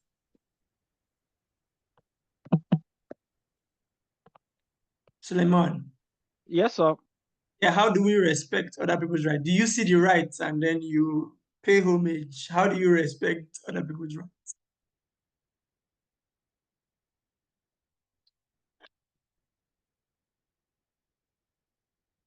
All right. You mentioned quite interesting things, and I think don't worry, let me just proceed from here. And I think your network is also fluctuating. So, what are the responsibilities and duties of the Nigerian citizen? Yeah. First off, it's expected that you respect the ideals of the Constitution. Yeah, by respecting, you also obey. What does the Constitution say? Respect it and also obey. The Constitution has laid down your fundamental rights.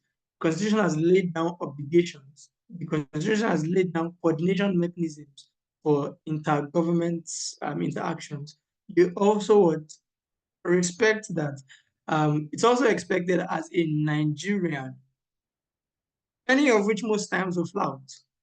It's expected for you to respect, these are obligations and duties, respect the national flag. Yeah, not necessarily the people in power, because I think those are things that usually affect our regard for all of these national instruments. Expected to respect the national flag, respect the national pledge, and legitimate authority. Yeah, respect for that.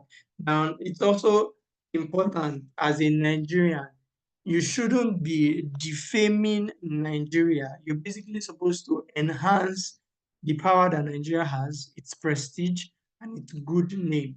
It's part of the obligations and duties of a citizen. Also respect the dignity of other citizens, yeah, and their rights. Be there to ensure they are respected, their rights are respected, their rights are not flaunted, and then you ensure that their rights are also upheld. Now, it is important that we promote the spirit of common brotherhood and good neighborliness. Yeah. Now, quite unfortunately, oftentimes are not. Although, yeah, we are way better in terms of brotherhood and neighborliness in Nigeria compared to other countries. So it is important that we must also encourage them. But I think where the brotherhood in Nigeria oftentimes play out is usually when you find yourself in an international environment and then you by chance just see a Nigerian, it almost immediately becomes a brother. Yeah. But beyond the international environment, it is also your responsibility to share that common brotherhood. It's a spirit of brotherhood and neighborliness, and make useful contribution to the advancement, progress, and well-being of the community. So, like Temi said, environmental sanitation is something that would definitely promote the well-being of the community. Make useful contribution, contribute to knowledge building, like I am doing right now. It's my contribution really to society that you can also have enhanced knowledge on your rights and understand Nigeria better, and understand constitution better, and how to engage each processes. So these are contributions that we are making. And as well make contributions to promoting the well-being of people, the advancement of people within your community. And so lastly, you also have the duty of rendering assistance proper agencies, yeah, when they want to maintain law and order. And so there are different organizations now that put out the whistleblower avenue where you can report certain things. For instance, if there is danger, it's expected that you report the dangers. I think the police now release a list of numbers that you can call. I mean, the event of an emergency. So it's your duty also to report or render assistance to any of the federal, state, or local agencies, as long as it is targeted towards promoting the development and advancement of Nigeria. Now, what are the functions of constituted authorities? Yeah, we have, like I've listed all the way, we've talked about different authorities, and then what are their responsibilities? What are their important functions? The most important functions of constituted authorities is to ensure the fundamental rights of its citizens. And the rights that we have, our constituted authority are basically the ones that are supposed to give us the rights. We have the rights, but they are handed to us. Yeah. So when we say we have the right to speech, who would ensure that your right to speech is not taken away from you? Constituted authorities. If you say you have right to education, who would ensure that you get good quality education? Constituted authorities.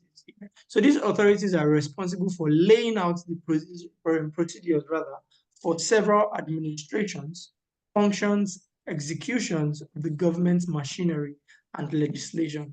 So these are their responsibilities. They ensure that the procedures for different administrative bodies and functions are laid out clearly and implemented adequately. And they provide set of rules, yeah, one of which is the rule of law that we've looked at today. We have also looked at the Constitution. They provide set of rules that is expected to help maintain harmony, yeah, within the society. And you also see that the authorities actually limit government to impose decisions on citizens, and then they encourage the government to fulfill citizens' aspirations. So these are the roles really of the existing constituted authorities that we do have. And now, what are the responsibilities and duty of the government to its people? We've looked at these examples before now. Um, we know that it is responsibility of the government to maintain law and order. Yeah.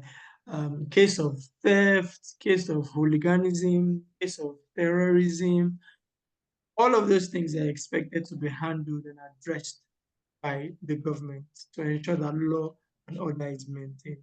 Government is also supposed to protect lives and properties. That is their responsibility. Must as well also promote democracy and social justice. They'll provide social welfare services, promote economic development, and then protect human rights. Now, in terms of interactions internationally, it is the government that is supposed to maintain external relations. And the government has that obligation of providing employment opportunities. Do you think there is any obligation of the government that I have missed out from everything I've mentioned? You can just include that right now. I'll be happy to take it. Any other responsibility of the government to the people? Bade is asking for attendance in the chat. Admin, please note. So Bade, what other roles do government have for the people? Or what's the obligation of the government to the people? I think you have captured it well, I right? think I've captured it well. No Yeah, addition. no addition for now. I'm in transit. All right, that's also good. So well, we've seen all of the obligations that is expected of the government to citizens. But now, as a citizen, or maybe better still, let me ask a question. What makes you a citizen? Is honesty on the call?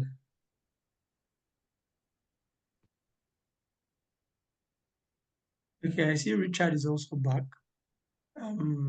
Honesty, are you on the call? Can you unmute? Question is, what makes you a citizen? Are you First of calling all, me?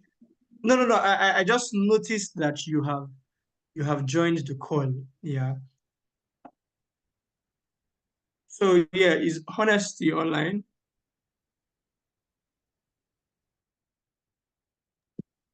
Okay, not. Abiodun, what makes you a citizen? And first off, are you even I a think citizen? what makes me a citizen is my identity and relationship with my country. How do you mean? Okay, let me put it in a layman's language. Yes, exactly. Okay, a citizen is someone who stays in a country, which is in a country and is governed by the laws of that country. So if I stay in Japan and I'm governed by the law of Japan, am I a citizen? By various means. A citizen can be acquired. A citizen can be acquired by various means, which is what? By birth, by naturalization, by marriage, and other means like what? The adoption. Okay. Yeah, thank you for your insight. Now you've talked about how citizenship can be established. Now for you, what kind of citizenship do you have, and what makes you think you're a citizen of Nigeria? For me, by birth. So you have your citizenship by birth. All right, thank you very much, Yes. Suleiman. Yeah, Abiodun, can you hear me? Do you want to also establish your own citizenship?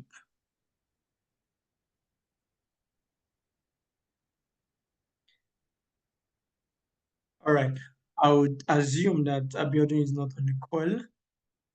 So yeah, you've mentioned interesting things, and but one thing you should know, especially when you're not talking about Nigeria, there are different things that work for different countries, Hello, and that's sir. why. Yeah, please go ahead, I'm Abiodun. quite busy before. I'm sorry. No problem. So establish your citizenship. Are you a citizen, and what makes you think you are? Yeah, I'm a citizen of Nigeria. How? Why? I've been by birth, maybe citizen by birth, citizen by registration, and so on. All right, thank you very much for that. So we'll look at it. So for some persons, and I think last I checked, currently, even if you're born in America today, and then the intention for giving birth to you in America is so that you would have the American citizenship. But unfortunately, you wouldn't be an American citizen, even if you're giving birth to in America like today. Yeah. So these things change and it varies across countries. So you need to be able to understand how citizenship is established. And those are some of the things we'll look at right now. Now, In terms of being a citizen, there are benefits that actually comes with it. Part of it includes, yeah, and it is vary depending on country, but I think this applies to Nigeria. First off, if you're a citizen, you have the right to vote. You can hold any public office of your choice. And then you have the right to social security, access to health services, to public education, to permanent residency, to own a land, to engage in employment, among several other things. That are the benefits that come with actually being a citizen of a country. If you're a citizen of Nigeria, you can own a land in parts of Nigeria. You have access to employment in Nigeria. You can have a permanent residence. You can establish your own home here in Nigeria. And then, of course, you can vie for public offices and can be voted for once you're a citizen. What are the principles of Nigerian citizenship? Yeah. Now you can see that under the Nigerian constitution, Nigerian nationality is typically obtained under the principle of jus sanguinis, meaning by birth to parents with Nigerian nationality. If we are given birth to by a Nigerian, then automatically you become a Nigerian. You have that Nigerian citizenship. Yeah. It can be So, granted to persons. Okay. You want to say something? yes, sir. So All is right, it please. if one parent is a Nigerian or if both are Nigerians? All right, good. Now, interesting question. If both parents are Nigerians, then automatically, yeah, you are a citizen, a Nigerian citizen. Now, if your father, for instance, yeah, is because we still run a patriarchal form of, because at the end of the day, a marriage that is unified, for instance, if you get married now in Nigeria, yeah, and maybe a Nigerian man gets married to a Kenyan woman, since we've been talking about Nigeria and Kenya, that union, for instance, is a Nigerian union because of the patriarchal form of should I call it marriage now that exists. If in the case where a Nigerian man or a Nigerian woman rather gets married to a Kenyan man, they have become Kenyan. Yeah, their sole nationality, yeah, is Kenyan because of the patriarchal system. And as such, if you're giving birth to, yeah, you have you can be in either nationality, but it is not automatic. You can be either a Kenyan or a national of Nigeria, but it is not automatic. Now you need to now establish your nationality based on the other forms of other forms of citizenships, which we'll be looking at. Yeah. But if your both parents are Nigerian and they give birth to you, you are automatically a Nigerian. That is established. If your father, which is a Nigerian, gives birth to you, of course, you are a Nigerian. But in the case where you're having maybe a Nigerian father, a Kenyan mother, you would need to further establish your, a Nigerian mother and a Kenyan father, you would need to further establish your nationality through other forms of citizenship. And that's what I'll be showing you right now. I don't know if that's clear to you, Timmy. Yes, thank you. All right. So now, following on what I've just said, citizenship can be granted to persons with an affiliation to the country.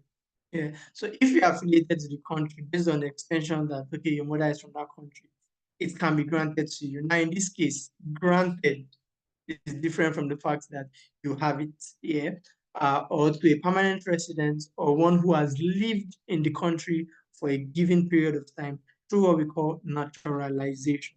Yeah. And we'll look at it now. Being a recognized citizen of the country has many legal benefits, some of which we've talked about earlier on.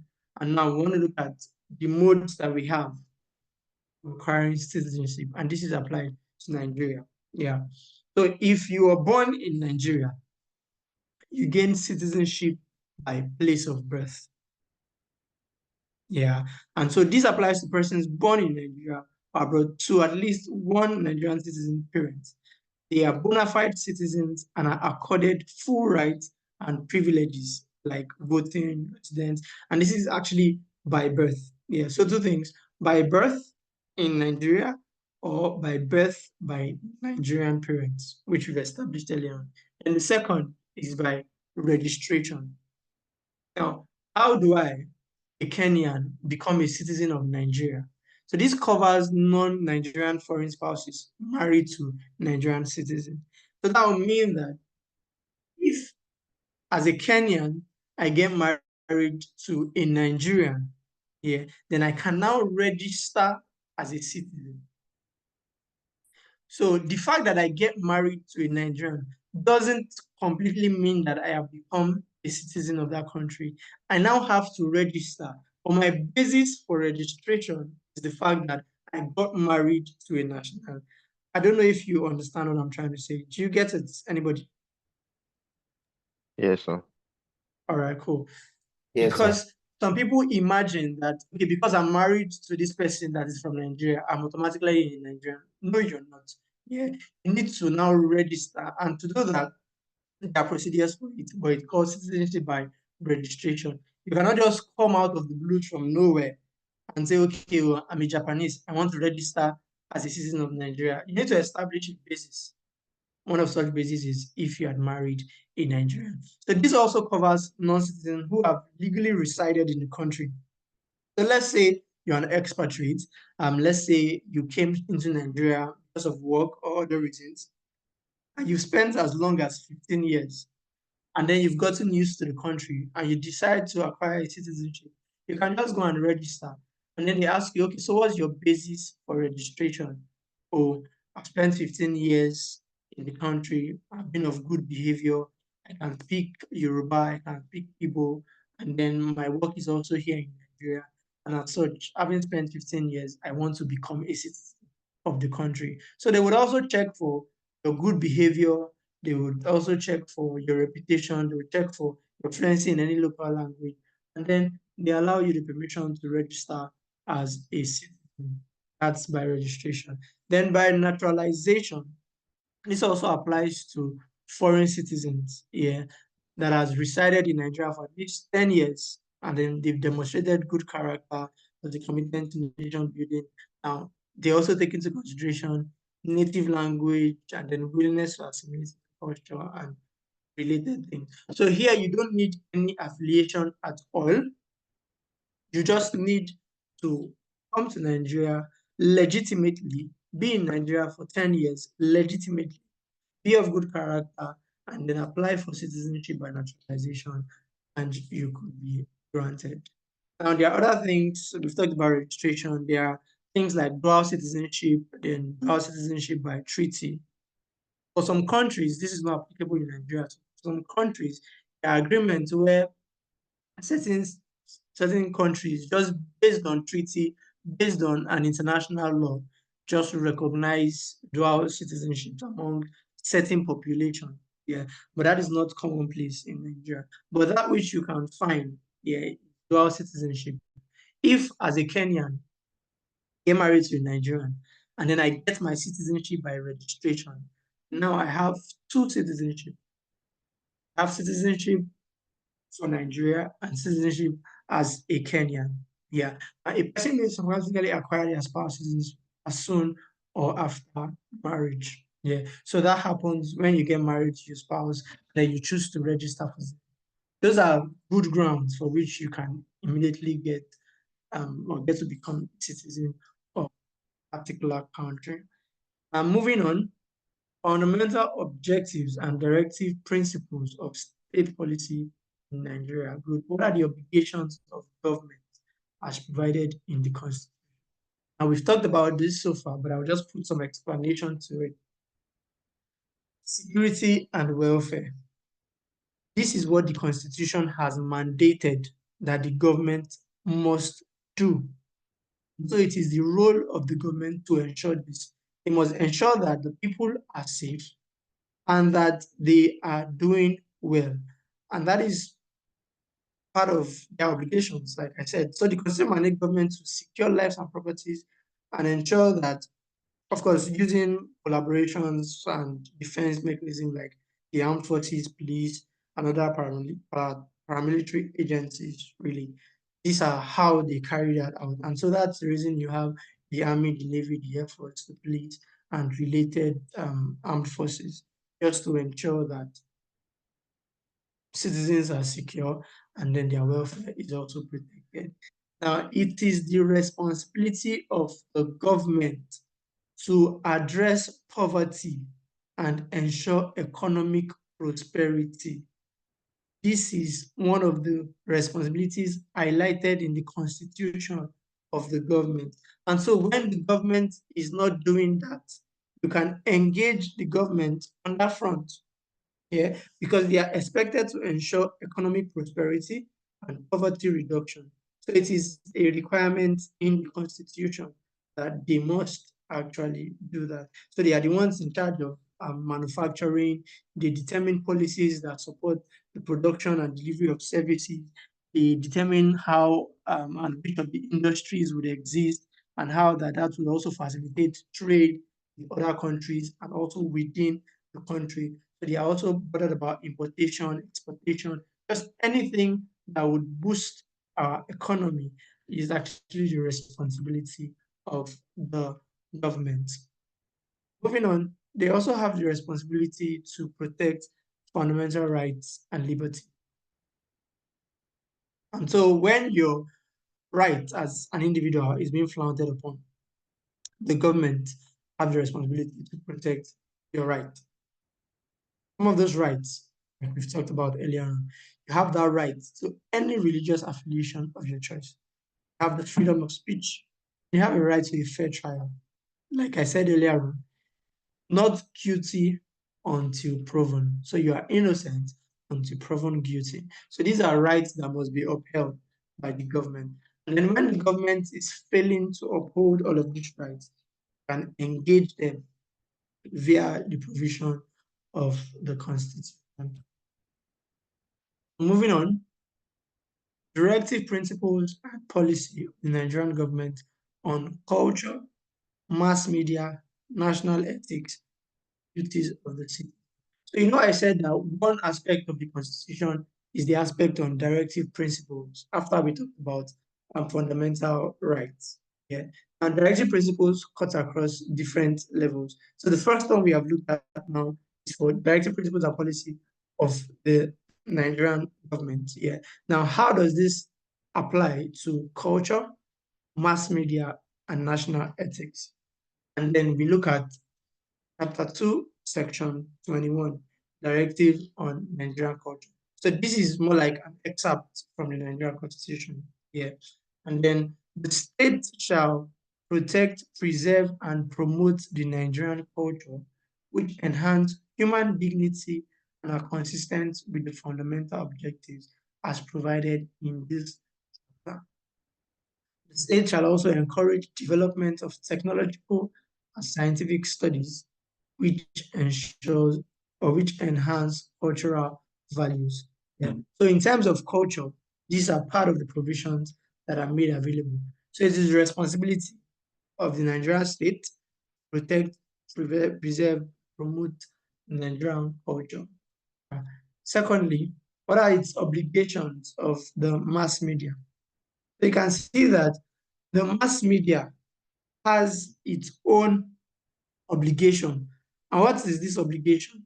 The mass media shall be fair and free. Yeah, and it is able to uphold fundamental objectives contained in this chapter and uphold the responsibility and accountability of the government to the people.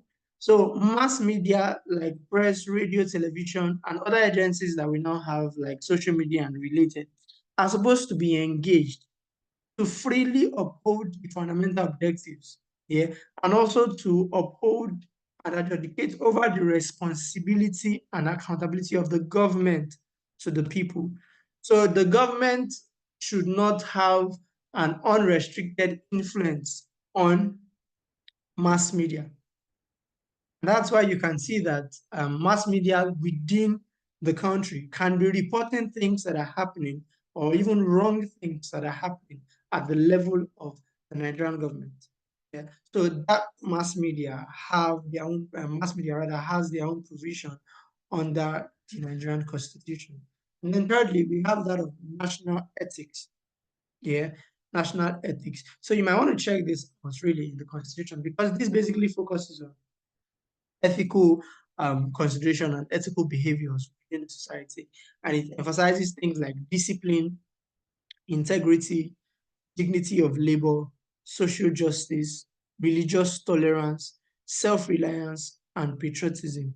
And if you've not checked the Constitution out before, you might need to check it out.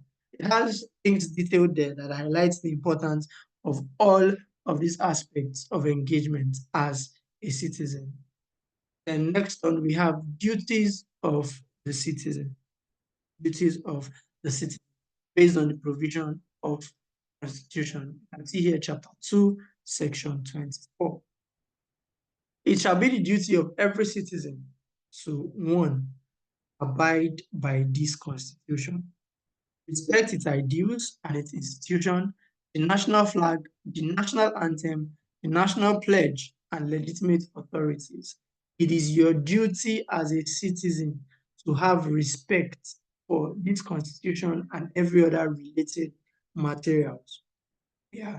And it's also your duty to enhance the good name of Nigeria, like I said earlier, to defend Nigeria and render such national services as may require. So, and you would see that you are expected to defend the good name of Nigeria as embedded in the Constitution. Now, you must also respect the dignity of other citizens and the rights and legitimate interests of others. You live in unity and harmony and in the spirit of common brotherhood. These are part of the obligations that you have from Nigeria. Now, you are also expected to make positive and useful contributions to advancement, progress, and well-being of the community where you reside.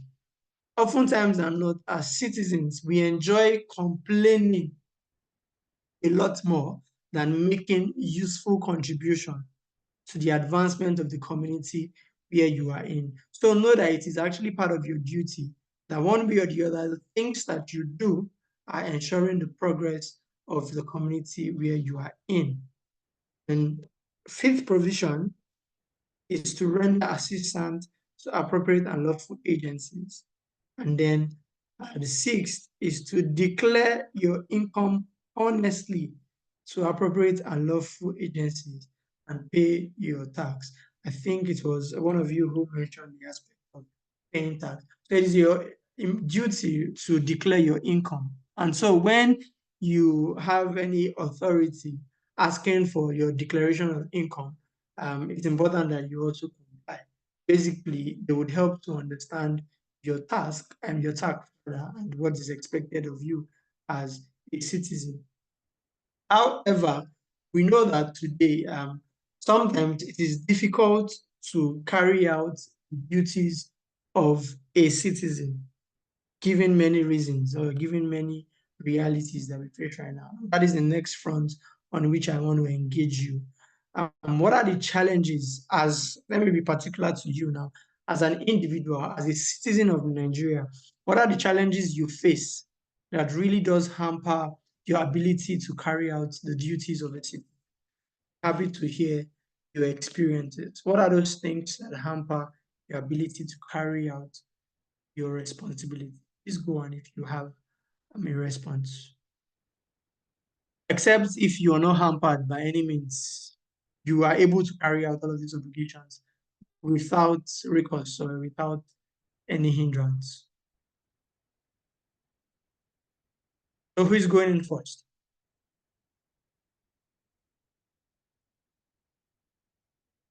I don't want to call names, so just engage me. What are the challenges impeding you carrying out your duties as a citizen of Nigeria?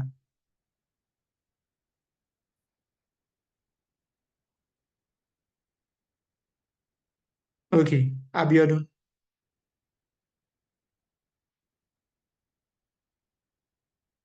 Yes, still, sir. Yeah, what affects your ability to carry out your duty as a citizen? Maybe in Nigeria, right? Are you a citizen of France? Uh, in my own perspective, I think due to way they are managing the Nigerian constitution, I think I mean it's not allow the Nigerian citizens to carry out their necessary. How? Can you be a little clearer? Because I want to understand your plight from a citizen perspective, of course. And these are things that you should be able to relate with. So just get it. Let me maybe simplify the question much more. So it is expected now as a citizen for you to spread the good name of Nigeria, defend Nigeria. It's expected that you respect the national anthem, respect the constitution, respect the pledge.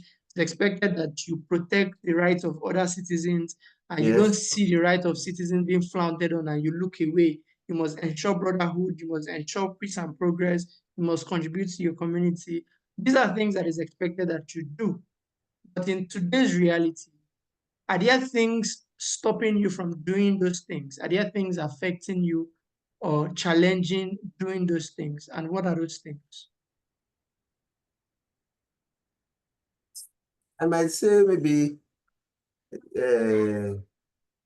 social relations these days. If you are talking that Nigeria is a vital country, respect your country. Some people will say that this country is no good though. They find me say I want japa. I'm concerned now it's corruption. Corruption has already put many people back. So they even defend their country. It's really, really hard. Okay, thank you for your own insight. Richard, are you on the call? I like to hear your insights too. Uh, well, injustice is one of them because injustice is too much in this country, and government policy that are not favorable to the masses. Those are part of the things that put somebody off from performing his duty. Because you look at the group of people that are in power, there are people that should be in jail. No, so all those things discourages someone from putting his best as a good citizen of Nigeria. Thank you. Yeah, thank you very much, Richard. Those are really insightful thoughts that you've just shared. Does any other person have any contribution to add to that? If you do, let's just take it, and if not, let's just move on. All right. Now, interesting things. Yeah. Now, I did that to make you see that there are a lot of reasons why it can be difficult for you to uphold your own part of the bargain, yeah, which is for you to carry out your responsibilities and duties as a citizen. There can be a whole lot of hindrances. There can be a whole lot of factors that discourages you from doing that.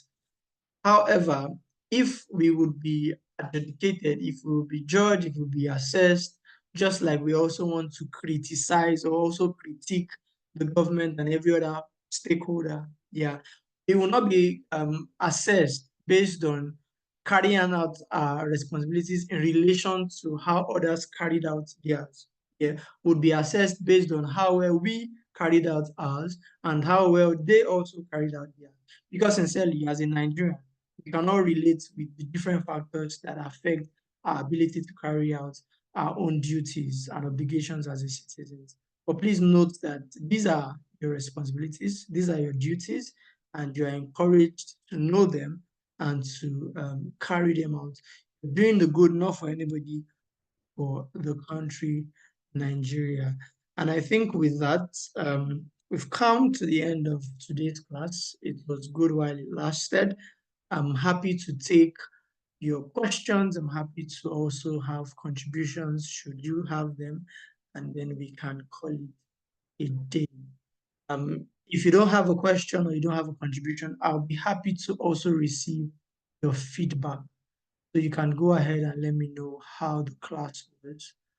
And yeah, I'll be happy to hear from you. Please feel free to unmute, either to ask a question, to give a contribution, or to provide me a feedback as to how the class was. So, All right, Amy, please go ahead. sorry, please, can you can you shed more light on the differences between the rule of law and the constitution and probably a relationship? Okay, now maybe I'll just go back to that slide on the rule of law. The rule of law is just a legal component of the Constitution. The Constitution is that one document that describes the role of the government, the role of the people. Just the Constitution is just that one book that guides how things work within Nigeria in terms of law and order, in terms of administration, in terms of governance, and in terms of the rights of the people. But in terms of the rule of law, the rule of law is just a component that ensures order. Yeah. So everything that you do should be binded by the law. So in the Constitution, it's expected that you obey the law. Now, the rule of law is saying, okay, how do we distribute, how do we implement these laws? Yeah, that's basically what the rule of law answers to. And in the process of implementing law, in process of implementing the Constitution, what are the rules guiding this law? And that's when we begin to talk about the fact that there's equality under the law. So let's just say that the Constitution is just that one book that enforces and introduces first law and order, administration, organization, distribution of roles and responsibilities to the government and good citizens, and it just gives you an outline of how things and governance process should take place within a country, in this case, within Nigeria. And there are aspects to the Constitution, because of course, within the Constitution, you have different components, you have governance, you have levels of government, which not necessarily speaks to law. Yeah. One of the components of the Constitution is law and order. Yeah. So now with a focus on law and order, we now look at the rule of law. How do we administer law? What are the process governing the administration and the abiding to laws? And then we have four components, like I explained earlier on, which is equality before the law, transparency. The law is just one thing that just guides what we do and how we'll be judged based on what we do. But the Constitution is just that book that documents everything that we've discussed today, inclusive of the rule of law. So the rule of law is just one element that is embedded in the Constitution. The rule of law basically tells you all you need to know about the law. That the law is, if everybody is equal before the law is transparent, it is accessible to all, and then the judiciary is independent. Yeah, and every other thing within this particular area. So to just simply put it, the Constitution is that one document that is binding on all Nigerians and details the roles and responsibility as well as the mandates of both government and citizens in terms of administration and everything. Meanwhile, the rule of law is just a component of the Constitution that speaks to the administration of law and order. I don't know if that makes some more clarity for you, Timmy. It does, sir. Thank you. All right, you're welcome. All right, any other question? We have just a couple more minutes. All right, so in the absence of any other question or contribution, I will be happy to receive your feedback, like I said. So you can just drop the feedback in the chat. I'll take note of it. Thank you very much for having me. At this point, I'll just yield the mic over to the admin. Have a wonderful day.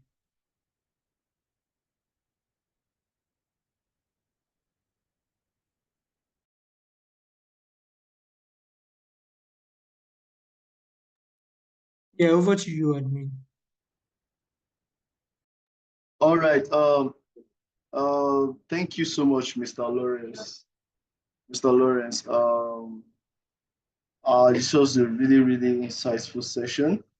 We'll take 3 minutes or 5 minutes while we wait for the cyber security trainer to join the call and get on with that.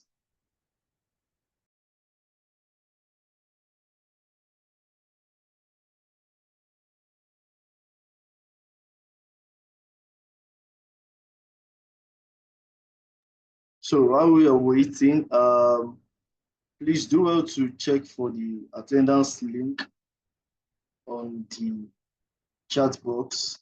Make sure to fill up the attendance, and also I will be posting the feedback form as we do usually. So please take a moment to fill the feedback form. Let us know how we can improve. Let us know what and what you enjoy and what you don't like about the class. So please make sure to check the chat box and give us your feedback, and also make sure to fill the attendance. Let's do that real quick while we are with the trainer for the cyber security.